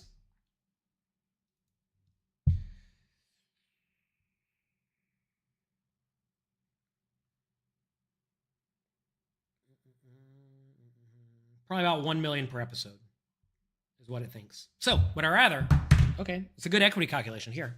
Would I rather win the show that I'm more likely to win? I don't know the odds again. Imagine if I'm on Survivor, maybe I'm like 1 in 12, but on Outlast, I'm 1 in 6. I'd still rather pick Survivor because even though I'm going to win it less, it gets more viewers, blah, blah, blah. And the viewer time towards the end is better because I don't know, is the viewership better towards the end? I don't know. Anyway, you want to play the one that gives you more money when you win, gives you more clout when you win, and all that. I don't know what Outlast pays. This is an equity calculation. I'll give you another equity calculation. I got 3 options to play poker in December. Okay? Number 1, win in Vegas. Easy to play, convenient. But I really, really, really need to be in New York City on December 19th for one of my son's birthdays, and December 24th, the other one's birthdays, and December 22nd for my birthday. I really, really, really got to be out of here by the 18th. Gosh, do we call this? I'm going to fold. I got to be out of here by the 18th, New York. I got to be out of Vegas and in New York by the 18th.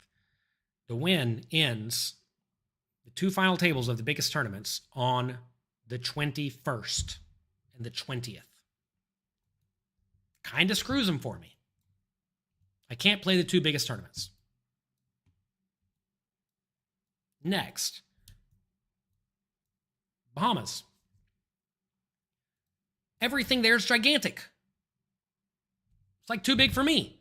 They got a 5K, a 25K, I believe a 10K, and like another 25K. And besides that, everything else is like 100K. What are you talking about?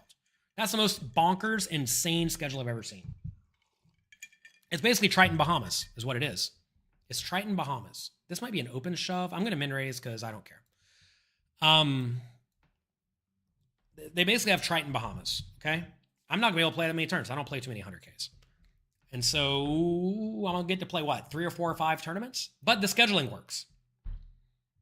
Alternatively, one more option, I could go to Prague for EPT. And their scheduling actually works pretty nice. It's done by like the 15th or 16th. I can play every tournament there. But it's forever away. Fines are a little smaller, et cetera, et cetera, et cetera. So all in all, I have 3 really bad options for December. So I have to do an equity calculation. I haven't done it yet. I got to figure this out. It's in December. I got plenty of time. And I'm going to figure out which one makes the most financial sense to play, accounting for the fact that there is some marketing benefit of winning the World Series in the Bahamas. Probably not so much from the other 2, although, you know, I can't even play the one and win is what it amounts to. I can't even play it because I cannot be here in Vegas on December 21st. I can't.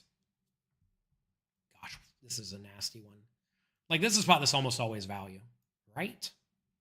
He's going to check twice with an ace. He might value bet a jack. So look, earlier I thought he had like nuts or nothing. Here's a spot where you can value bet pretty thin. So I'm going to fold, and maybe I'm just getting owned. I don't know. I think that's a fine fold, though. So it's an equity calculation. Lots of spots for equity calculations. We are down to 5. Oh my God, we're going to win this tournament. Probably not going to win the tournament. I'm going to take 2nd or 3rd. Guaranteed $385. Okay.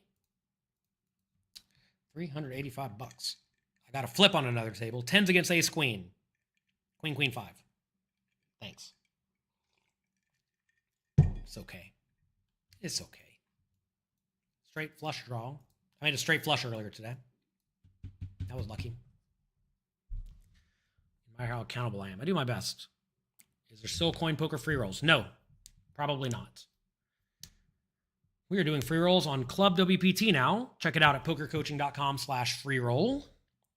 Our next 5,000 sweepstake coin free roll is going to be on August 31st at 3 p.m. Pacific time. The day before all the stuff starts on Poker Go Studio. Make sure you check out PokerStake. You can use PayPal to fund your account. You can get in there, buy some action of mine at little to no markup. I'm selling at a markup I think you will do okay with on average. Of course, the long run is the long run. I might smash or I might get smashed. You know how it goes. 12 big blinds. 8-6 offsuit. You all have watched every single hand I've played throughout this entire tournament. Hope you've learned a little something. Has anyone here learned anything throughout the stream? By the way, I'm just going to throw this out here. I'm not sure streaming is the best way for you to learn poker. The best way for you to learn poker is to drill and study specific spots. At peakgto.com, you can go through and drill very specific spots that will help you master common scenarios you will be in so that you know how to play them definitively. Someone earlier kept trying to tell me, your play wasn't GTO. It wasn't GTO. I'm like, I'm pretty sure it was. So on the break, I looked it up. It turns out it was. The person didn't even know how to use the program right. And as you drill spots more and over, gosh, what do we do with this? I'm going to fold, I guess. This is a make money play here. This is not this is an ICM for poor people play. As you drill spots more and more, they become second nature to you to the point that you do not have to worry about them. It's just obvious. It's clear. You're about fame or clout. Well, no, think about why Jonathan Little in particular would be about fame and clout. Why would Jonathan Little in particular be about fame and clout?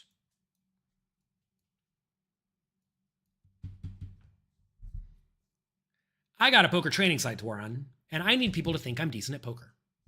At the end of the day, if I do not put up results for a while, people are going to start thinking Jonathan Little's no good at poker. How do I know this? Because it's happened before. During COVID, I didn't play a whole lot of live poker at all for about 4 years. Almost none. And everybody's like, oh, John Little's bad at poker. He hasn't won anything for 5 years. So you know what I did? I got up and I started putting in a little bit more volume. How about that? We got a Poker Go Cup trophy. We got some World Series bracelet. Bunch of other stuff. So, you do what you got to do. But I have to prove that I'm decent at poker at the end of the day. I think you should not learn from any poker training site where the person who is the owner of the poker training site, or at least the main guy, doesn't know what they're doing.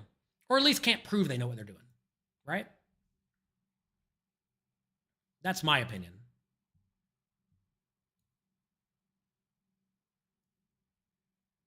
In my opinion, you should learn from people who can actually do. And you know, there's nothing wrong from learning from coaches. There are plenty of very good poker coaches. But I think it's a lot better to learn from someone who can actively get up and do it when the time comes. So over the last year-ish, I've been making a point to play more. I've had 2 great years in a row. Well, not great. We had 1 great year last year, won about 500K. Year before that, won about 70K. 70K is not a lot. I know we only played halftime. To be fair, I only play halftime today.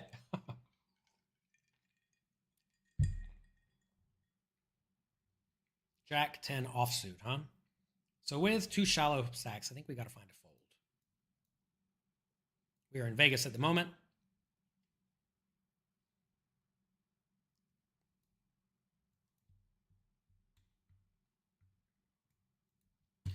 So we're in a very nasty spot here where we have 2 big stacks on our sides who are going to just pummel my blinds. So here you got to ask, am I trying to take 4th place? Because you can take 4th place kind of easily by folding a lot. This player should never fold here. You got to shove 100% in small blind here. Look, they're real payout jumps. We're paying for real money. They fold to me. I don't know what I'm supposed to do with this king 6. I'm going to shove it, but maybe terribly bad. So one thing I've learned from studying with just GTO, Justin Saliba, I, Jonathan Little, am probably a little too crazy in payout implication scenarios. I took 9th place at the PCA final table 2 years ago with ace-9 offsuit. I think the cutoff or hijack raised. I jammed for like 15 or 20 big blinds. And Justin's like, that's just an easy call or small 3-bet.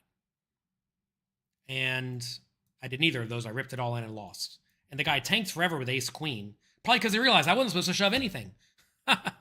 Only aces. He still found the call, so it didn't help me. But I may be a little bit too nuts with at the final table, which is maybe how I end up with all these trophies, but maybe less money than I could have otherwise.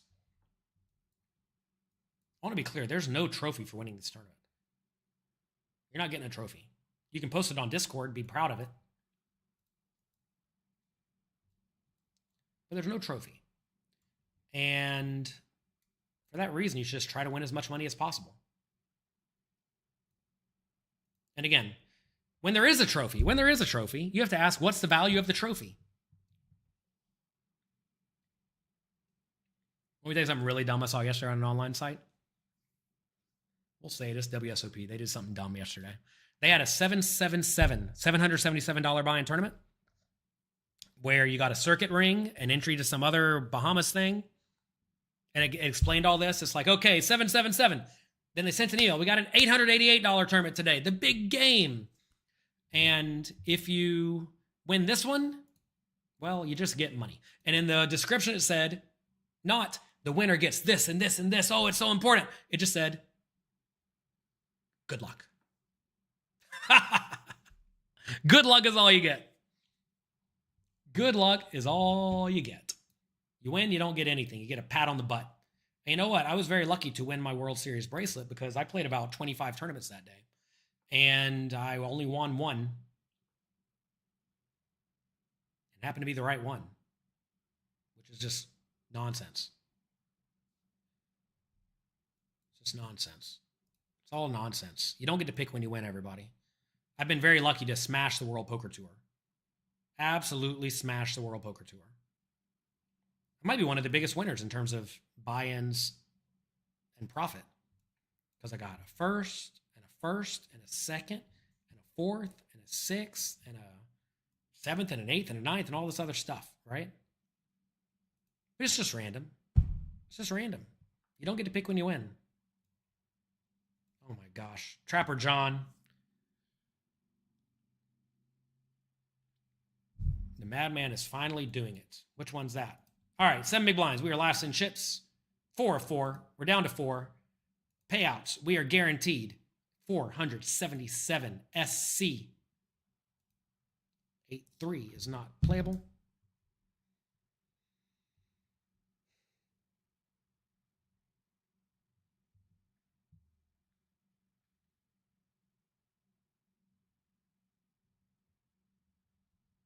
Oh, shoot. Haha. Almost timed out here. Texting friends. Easy all in with that hand, clearly. Duh.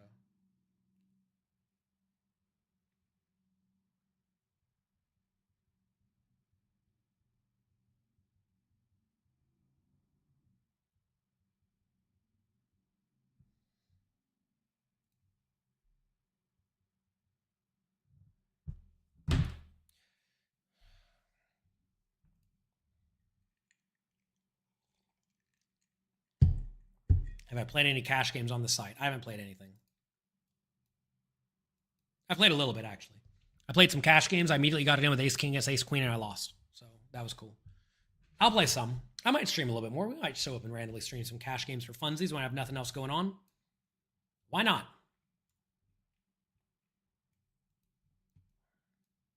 But no, I don't know. I haven't been paying attention.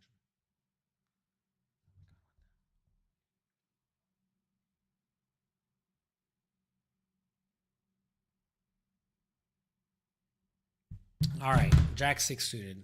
Fold. It's funny, towards the end of tournaments, it gets dicey. We want to see me play on HCL. Have him invite me. Hello, you can't just walk up and play. Tell him to invite me. I've done my best to make it clear I'm happy to go and I'm happy to play. Jeez. It's not my game. I'm not the boss of the game. I wish I was the boss of the game. You always learn watching JL. Well, thank you. Can we have the Ace-4 win? Let's get Trapper out of here. It's time. Oh, God. Trapper John's going to win this tournament. Just to be clear to everybody, I've run pretty hot at this game so far. I've won a 3-outer. I believe I won a flip. So I've been pretty lucky. You're going to have to be lucky to win tournaments. How do you feel about Mark Gaughan's cash game style or exploit? I don't even know who that is. I'm not up on poker pop culture. Sorry, everybody. I've been slacking on that. All right, ace 9. That's good. That's it. Trapper John, is this it? Lucky, is this it? Call, call, call, call, call, call, call, call, call.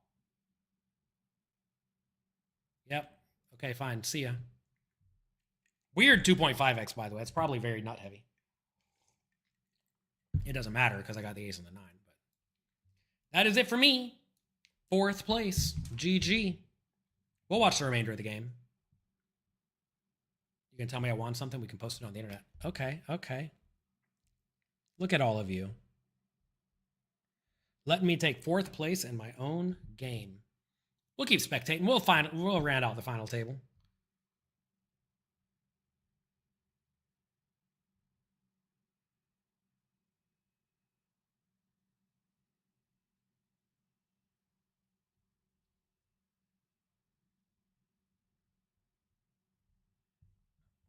Congrats, congrats. Do you read in the... So look, right there, a lot of people may say, oh my gosh, did you read in the 2.5x? That was obviously strong. You don't know. You don't know everybody. I had ace 9 and 6 big blinds or whatever it was. It's the nuts. Don't fold the nuts. Don't fold the nuts.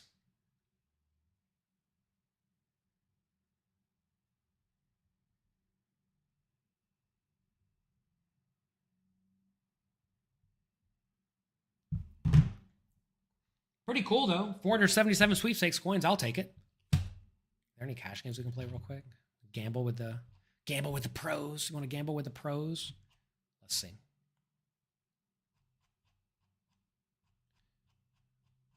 Man, this site's hard to navigate. How do we even find a game? They got 2, 4, 5, 10, 20. Those are my options.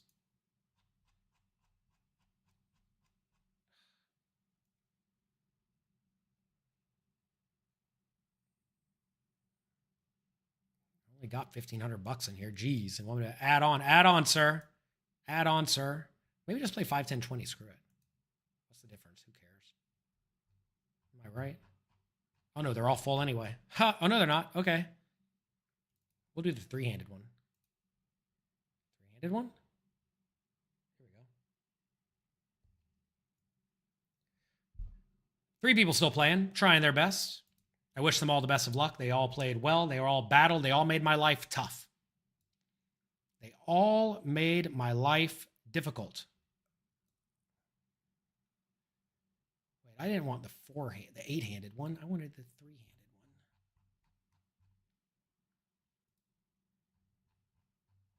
one. Oh my God. I'm so confused on the site, everybody. There was literally just a 3-handed 5, 10, 20. I don't understand. Busy playing poker on these other tables. Okay. They have a lot of heads up, by the way, with a weird ante structure. They have the one ante. Interesting. We'll try to run it up. Why not? 5, 10, 20 buying for all the money. That's so stupid. All right, here we are. Look at this table. Look at this table.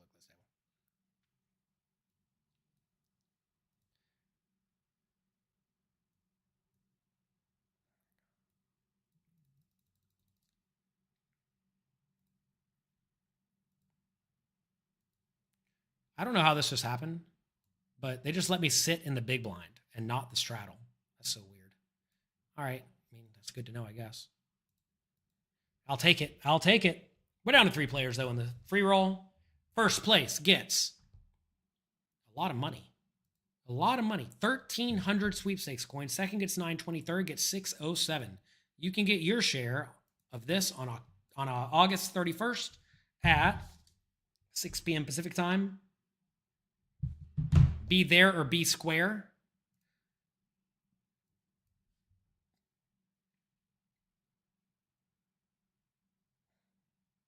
You give me $10 to play $100 micro. I'm not. No, thank you. I'm playing with some nondescript weird amount of money. I don't even know how much. 5, 10, 20. I hope I smash them. I'll show you any fun hands if we get them. We'll play an orbit or 2 before we pack it up today. And that'll be that.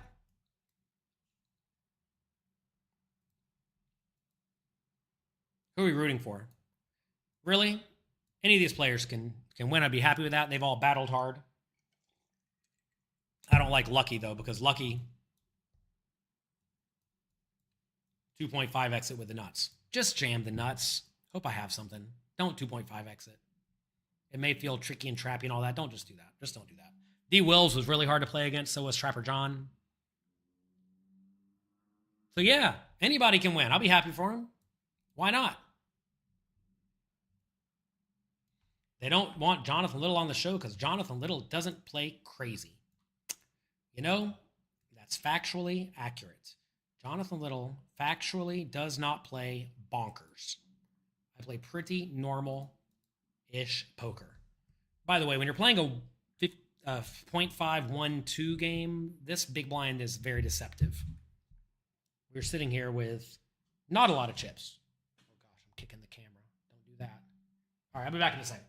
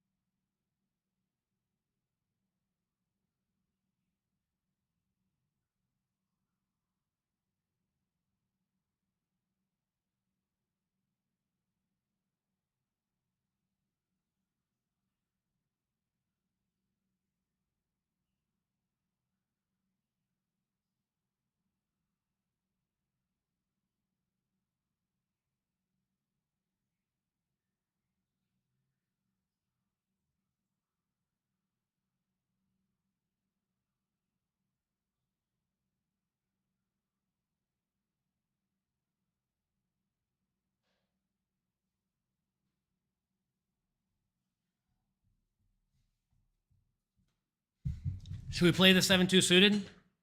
No. Yeah, dinner break with my mom and dad. Super nice parents. Indeed, indeed. Just got off a cruise with them. It was a lot of fun.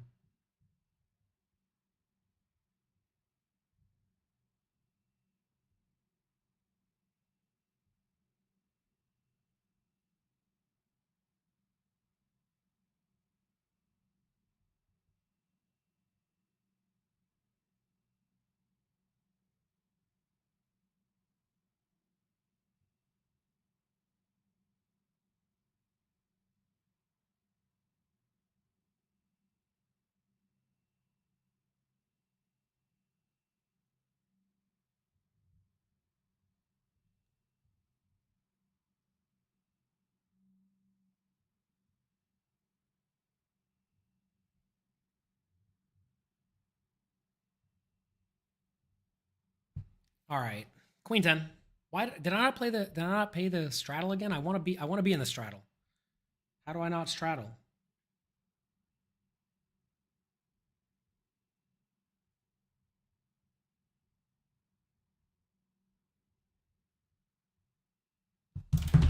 All right, raise and we'll just fold. Got to be tight in anything besides the big blind, biggest blind. Biggest blind. Because you can get 3-bet sometimes. Getting 3-bets really bad. Got to be kind of tight. Being kind of tight sucks. I hate being tight. If they fold us, we can limp here.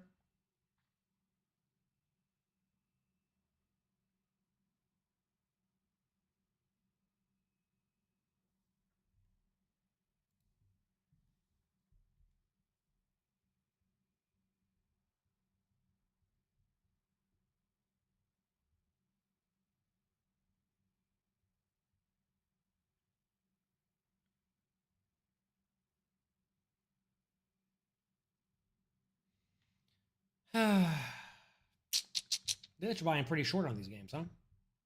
Definitely keep that in mind. Whenever you're playing, first things first, in a 3-blind game, realize a big blind is not a big blind. A big blind is a small blind. So that's very important to note.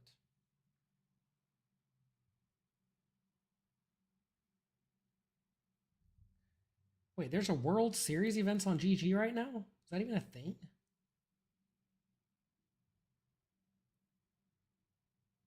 I didn't even know that was a thing. Again, nonsense, right?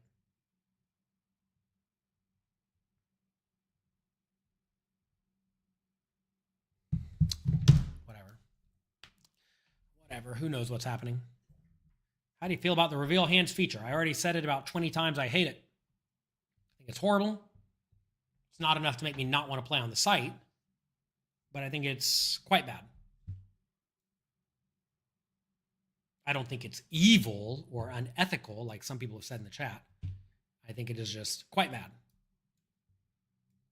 You got to realize you don't make the rules of the game. You don't make the rules of poker, and the rules of poker are not defined, especially the rules of poker on a site that you are not the boss of and you're not in charge of. And if you hate the rules of the site, play somewhere else. I do think as poker becomes more and more of a, call it, gambling game, which definitely has bad connotations and is bad for pros, you should expect more nonsense because the sites don't care about people trying to win quite often. Maybe what WSOP does and World Poker Tour does and all the other sites do.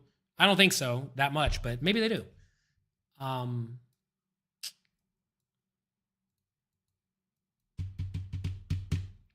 You got to ask, who's paying the money at the end of the day? Where do poker sites' money come from? And at the end of the day, if you're a winning player, you're taking money out of that site. If you're a losing player, you're putting money into that site.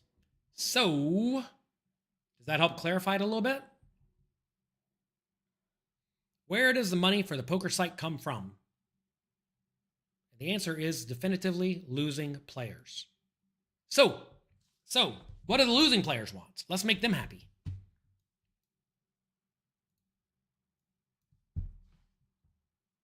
They want to be able to see what their opponent had. This is terrible. Fold. Nit J Little. J Little, you're such a nit. You're never going to be invited on HCL if you fold ace-2 offsuit against nothing.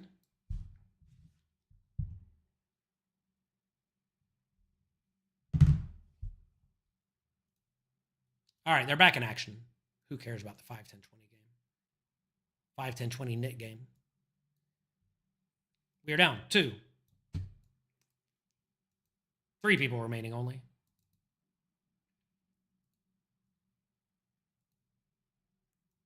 XX, lucky XX. Seems to be smashing them out of the park. Betting, pushing people around. Stacking D-Wilbs. Nice stack of them.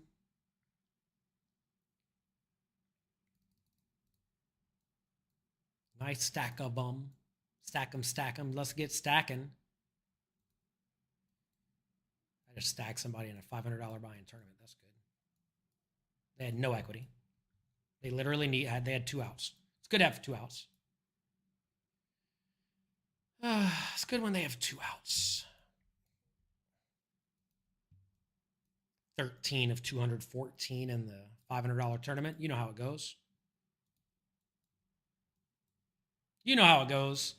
Watching Trapper John and Lucky XX battling it out. Heads up. First place gets a nice chunk. 1,300 sweepstakes coins simply because they signed up at pokercoaching.com/freeroll. Second place is getting 920. I merely got 477, which I immediately put into the action. I have gotten not a single playable hand since, so that's lovely. We're trying our best. All you can do is try your best and study a lot and work hard and develop your edge before you show up. So heads up, with a small ante, you should be doing a whole lot of raising, being aggressive, battling hard.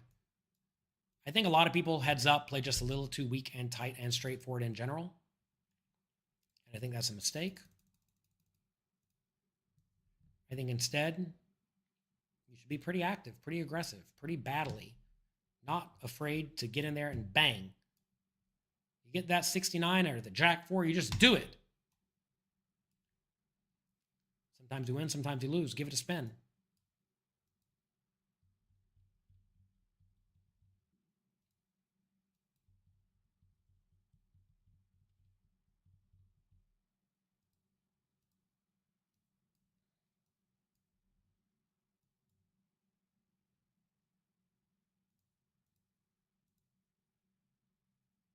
I do love one thing about this WPT site.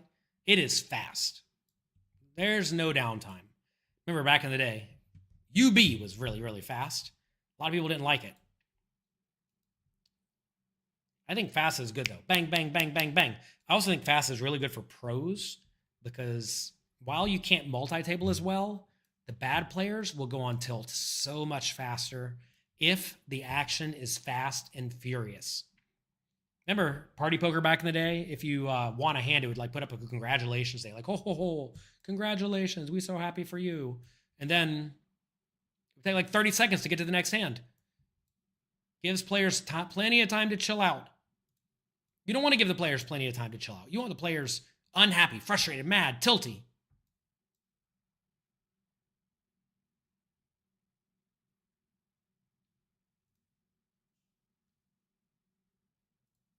And rapid action does that, in my opinion. Rapid action makes people crazy. Crazy, rabid, insane. This side's snappy. So as long as you stay sane, I think that's going to go a long way to helping you in these spots.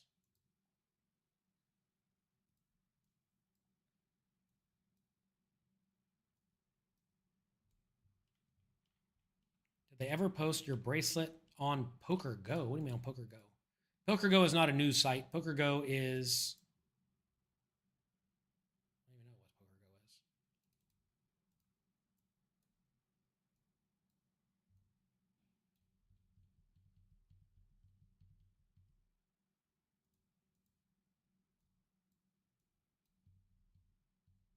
is. PokerGo is a media site, I guess. Maybe it is a media site. It's not a tracking site. But no, maybe you're talking about Hidden Mob. Hidden Mob has not updated anything from World Series Online, which takes away a first and 2 seconds. Get real, right?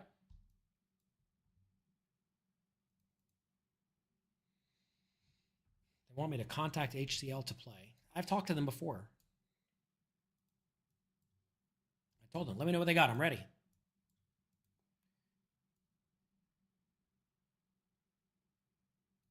All right. Lucky. Doing their best, grinding it out.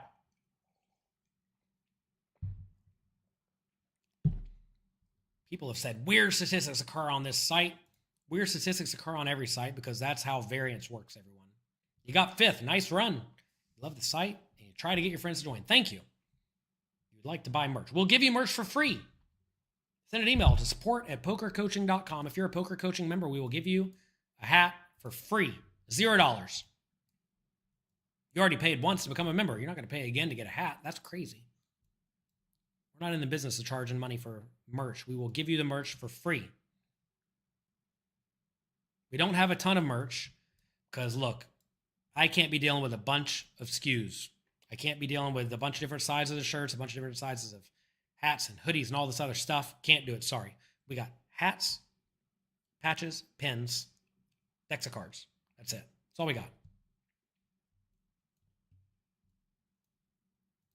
Winning players are likely to show up in pay rate. This is the optimistic view of how winning players view themselves.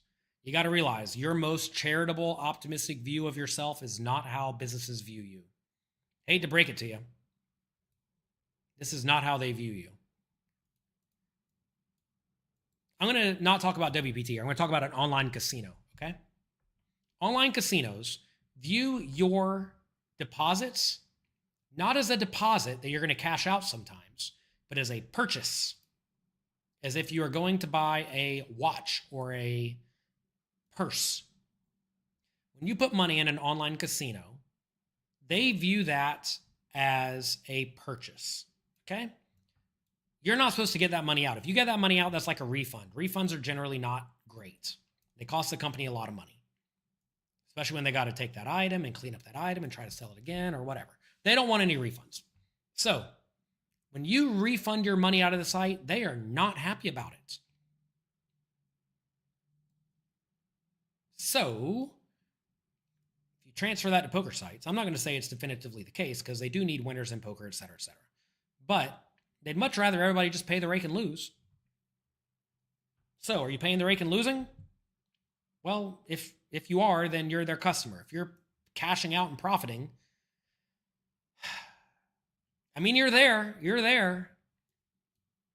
I don't know if you're welcome, but you're there. And again, I don't know much about the World Poker Tour site besides it's a legal regulated site following the rules, doing their best, which I like and I appreciate. But you got to realize everything in the world is not made for your convenience. Sometimes you are the one who should be happy to be able to participate. A lot of poker players aren't like that. They're very entitled. They think that they are owed a spot, owed a seat at the table. Hate to break it to you, you're not. You're not owed anything. As soon as you get rid of the entitlement mindset, it's going to go a long way to helping you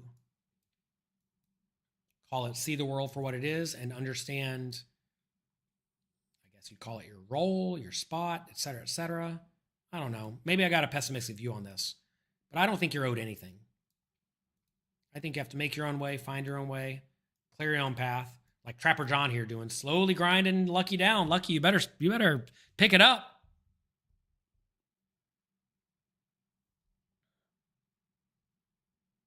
You're not owed anything. Make your own way. Sometimes you got to bulldoze your own way through.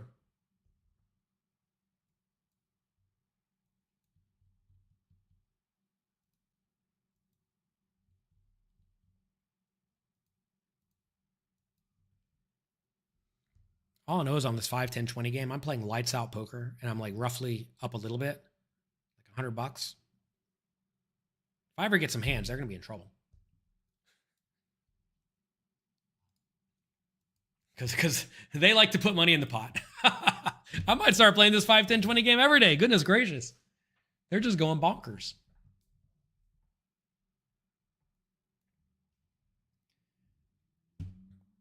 It's funny how, like, over the short run, you really don't get to pick what happens. You don't really get to pick your results. You don't get to pick your cards. And sometimes you just get nothing. Nothing. And it's so frustrating when you just get nothing over and over and over and over and over again. There's nothing you can do about it. Best population adjustments for live $1,000 buy-in tournaments. Figure out who you're against. $1,000 buy-in level leads to a lot of interesting things because a lot of players there are a mix of small stakes players who are like weak, tight, passive. And against them, you're going to want to bulldoze them within reason. But if they raise, they just have the nuts, etc. But also a lot of players there are the ones who are very creative, who are starting to develop exploitative strategies where they're thinking, okay, these players are all too tight, so I need to try to run everybody over. So against the players who are trying to run everybody over, trap them to death. Trap them totally to death.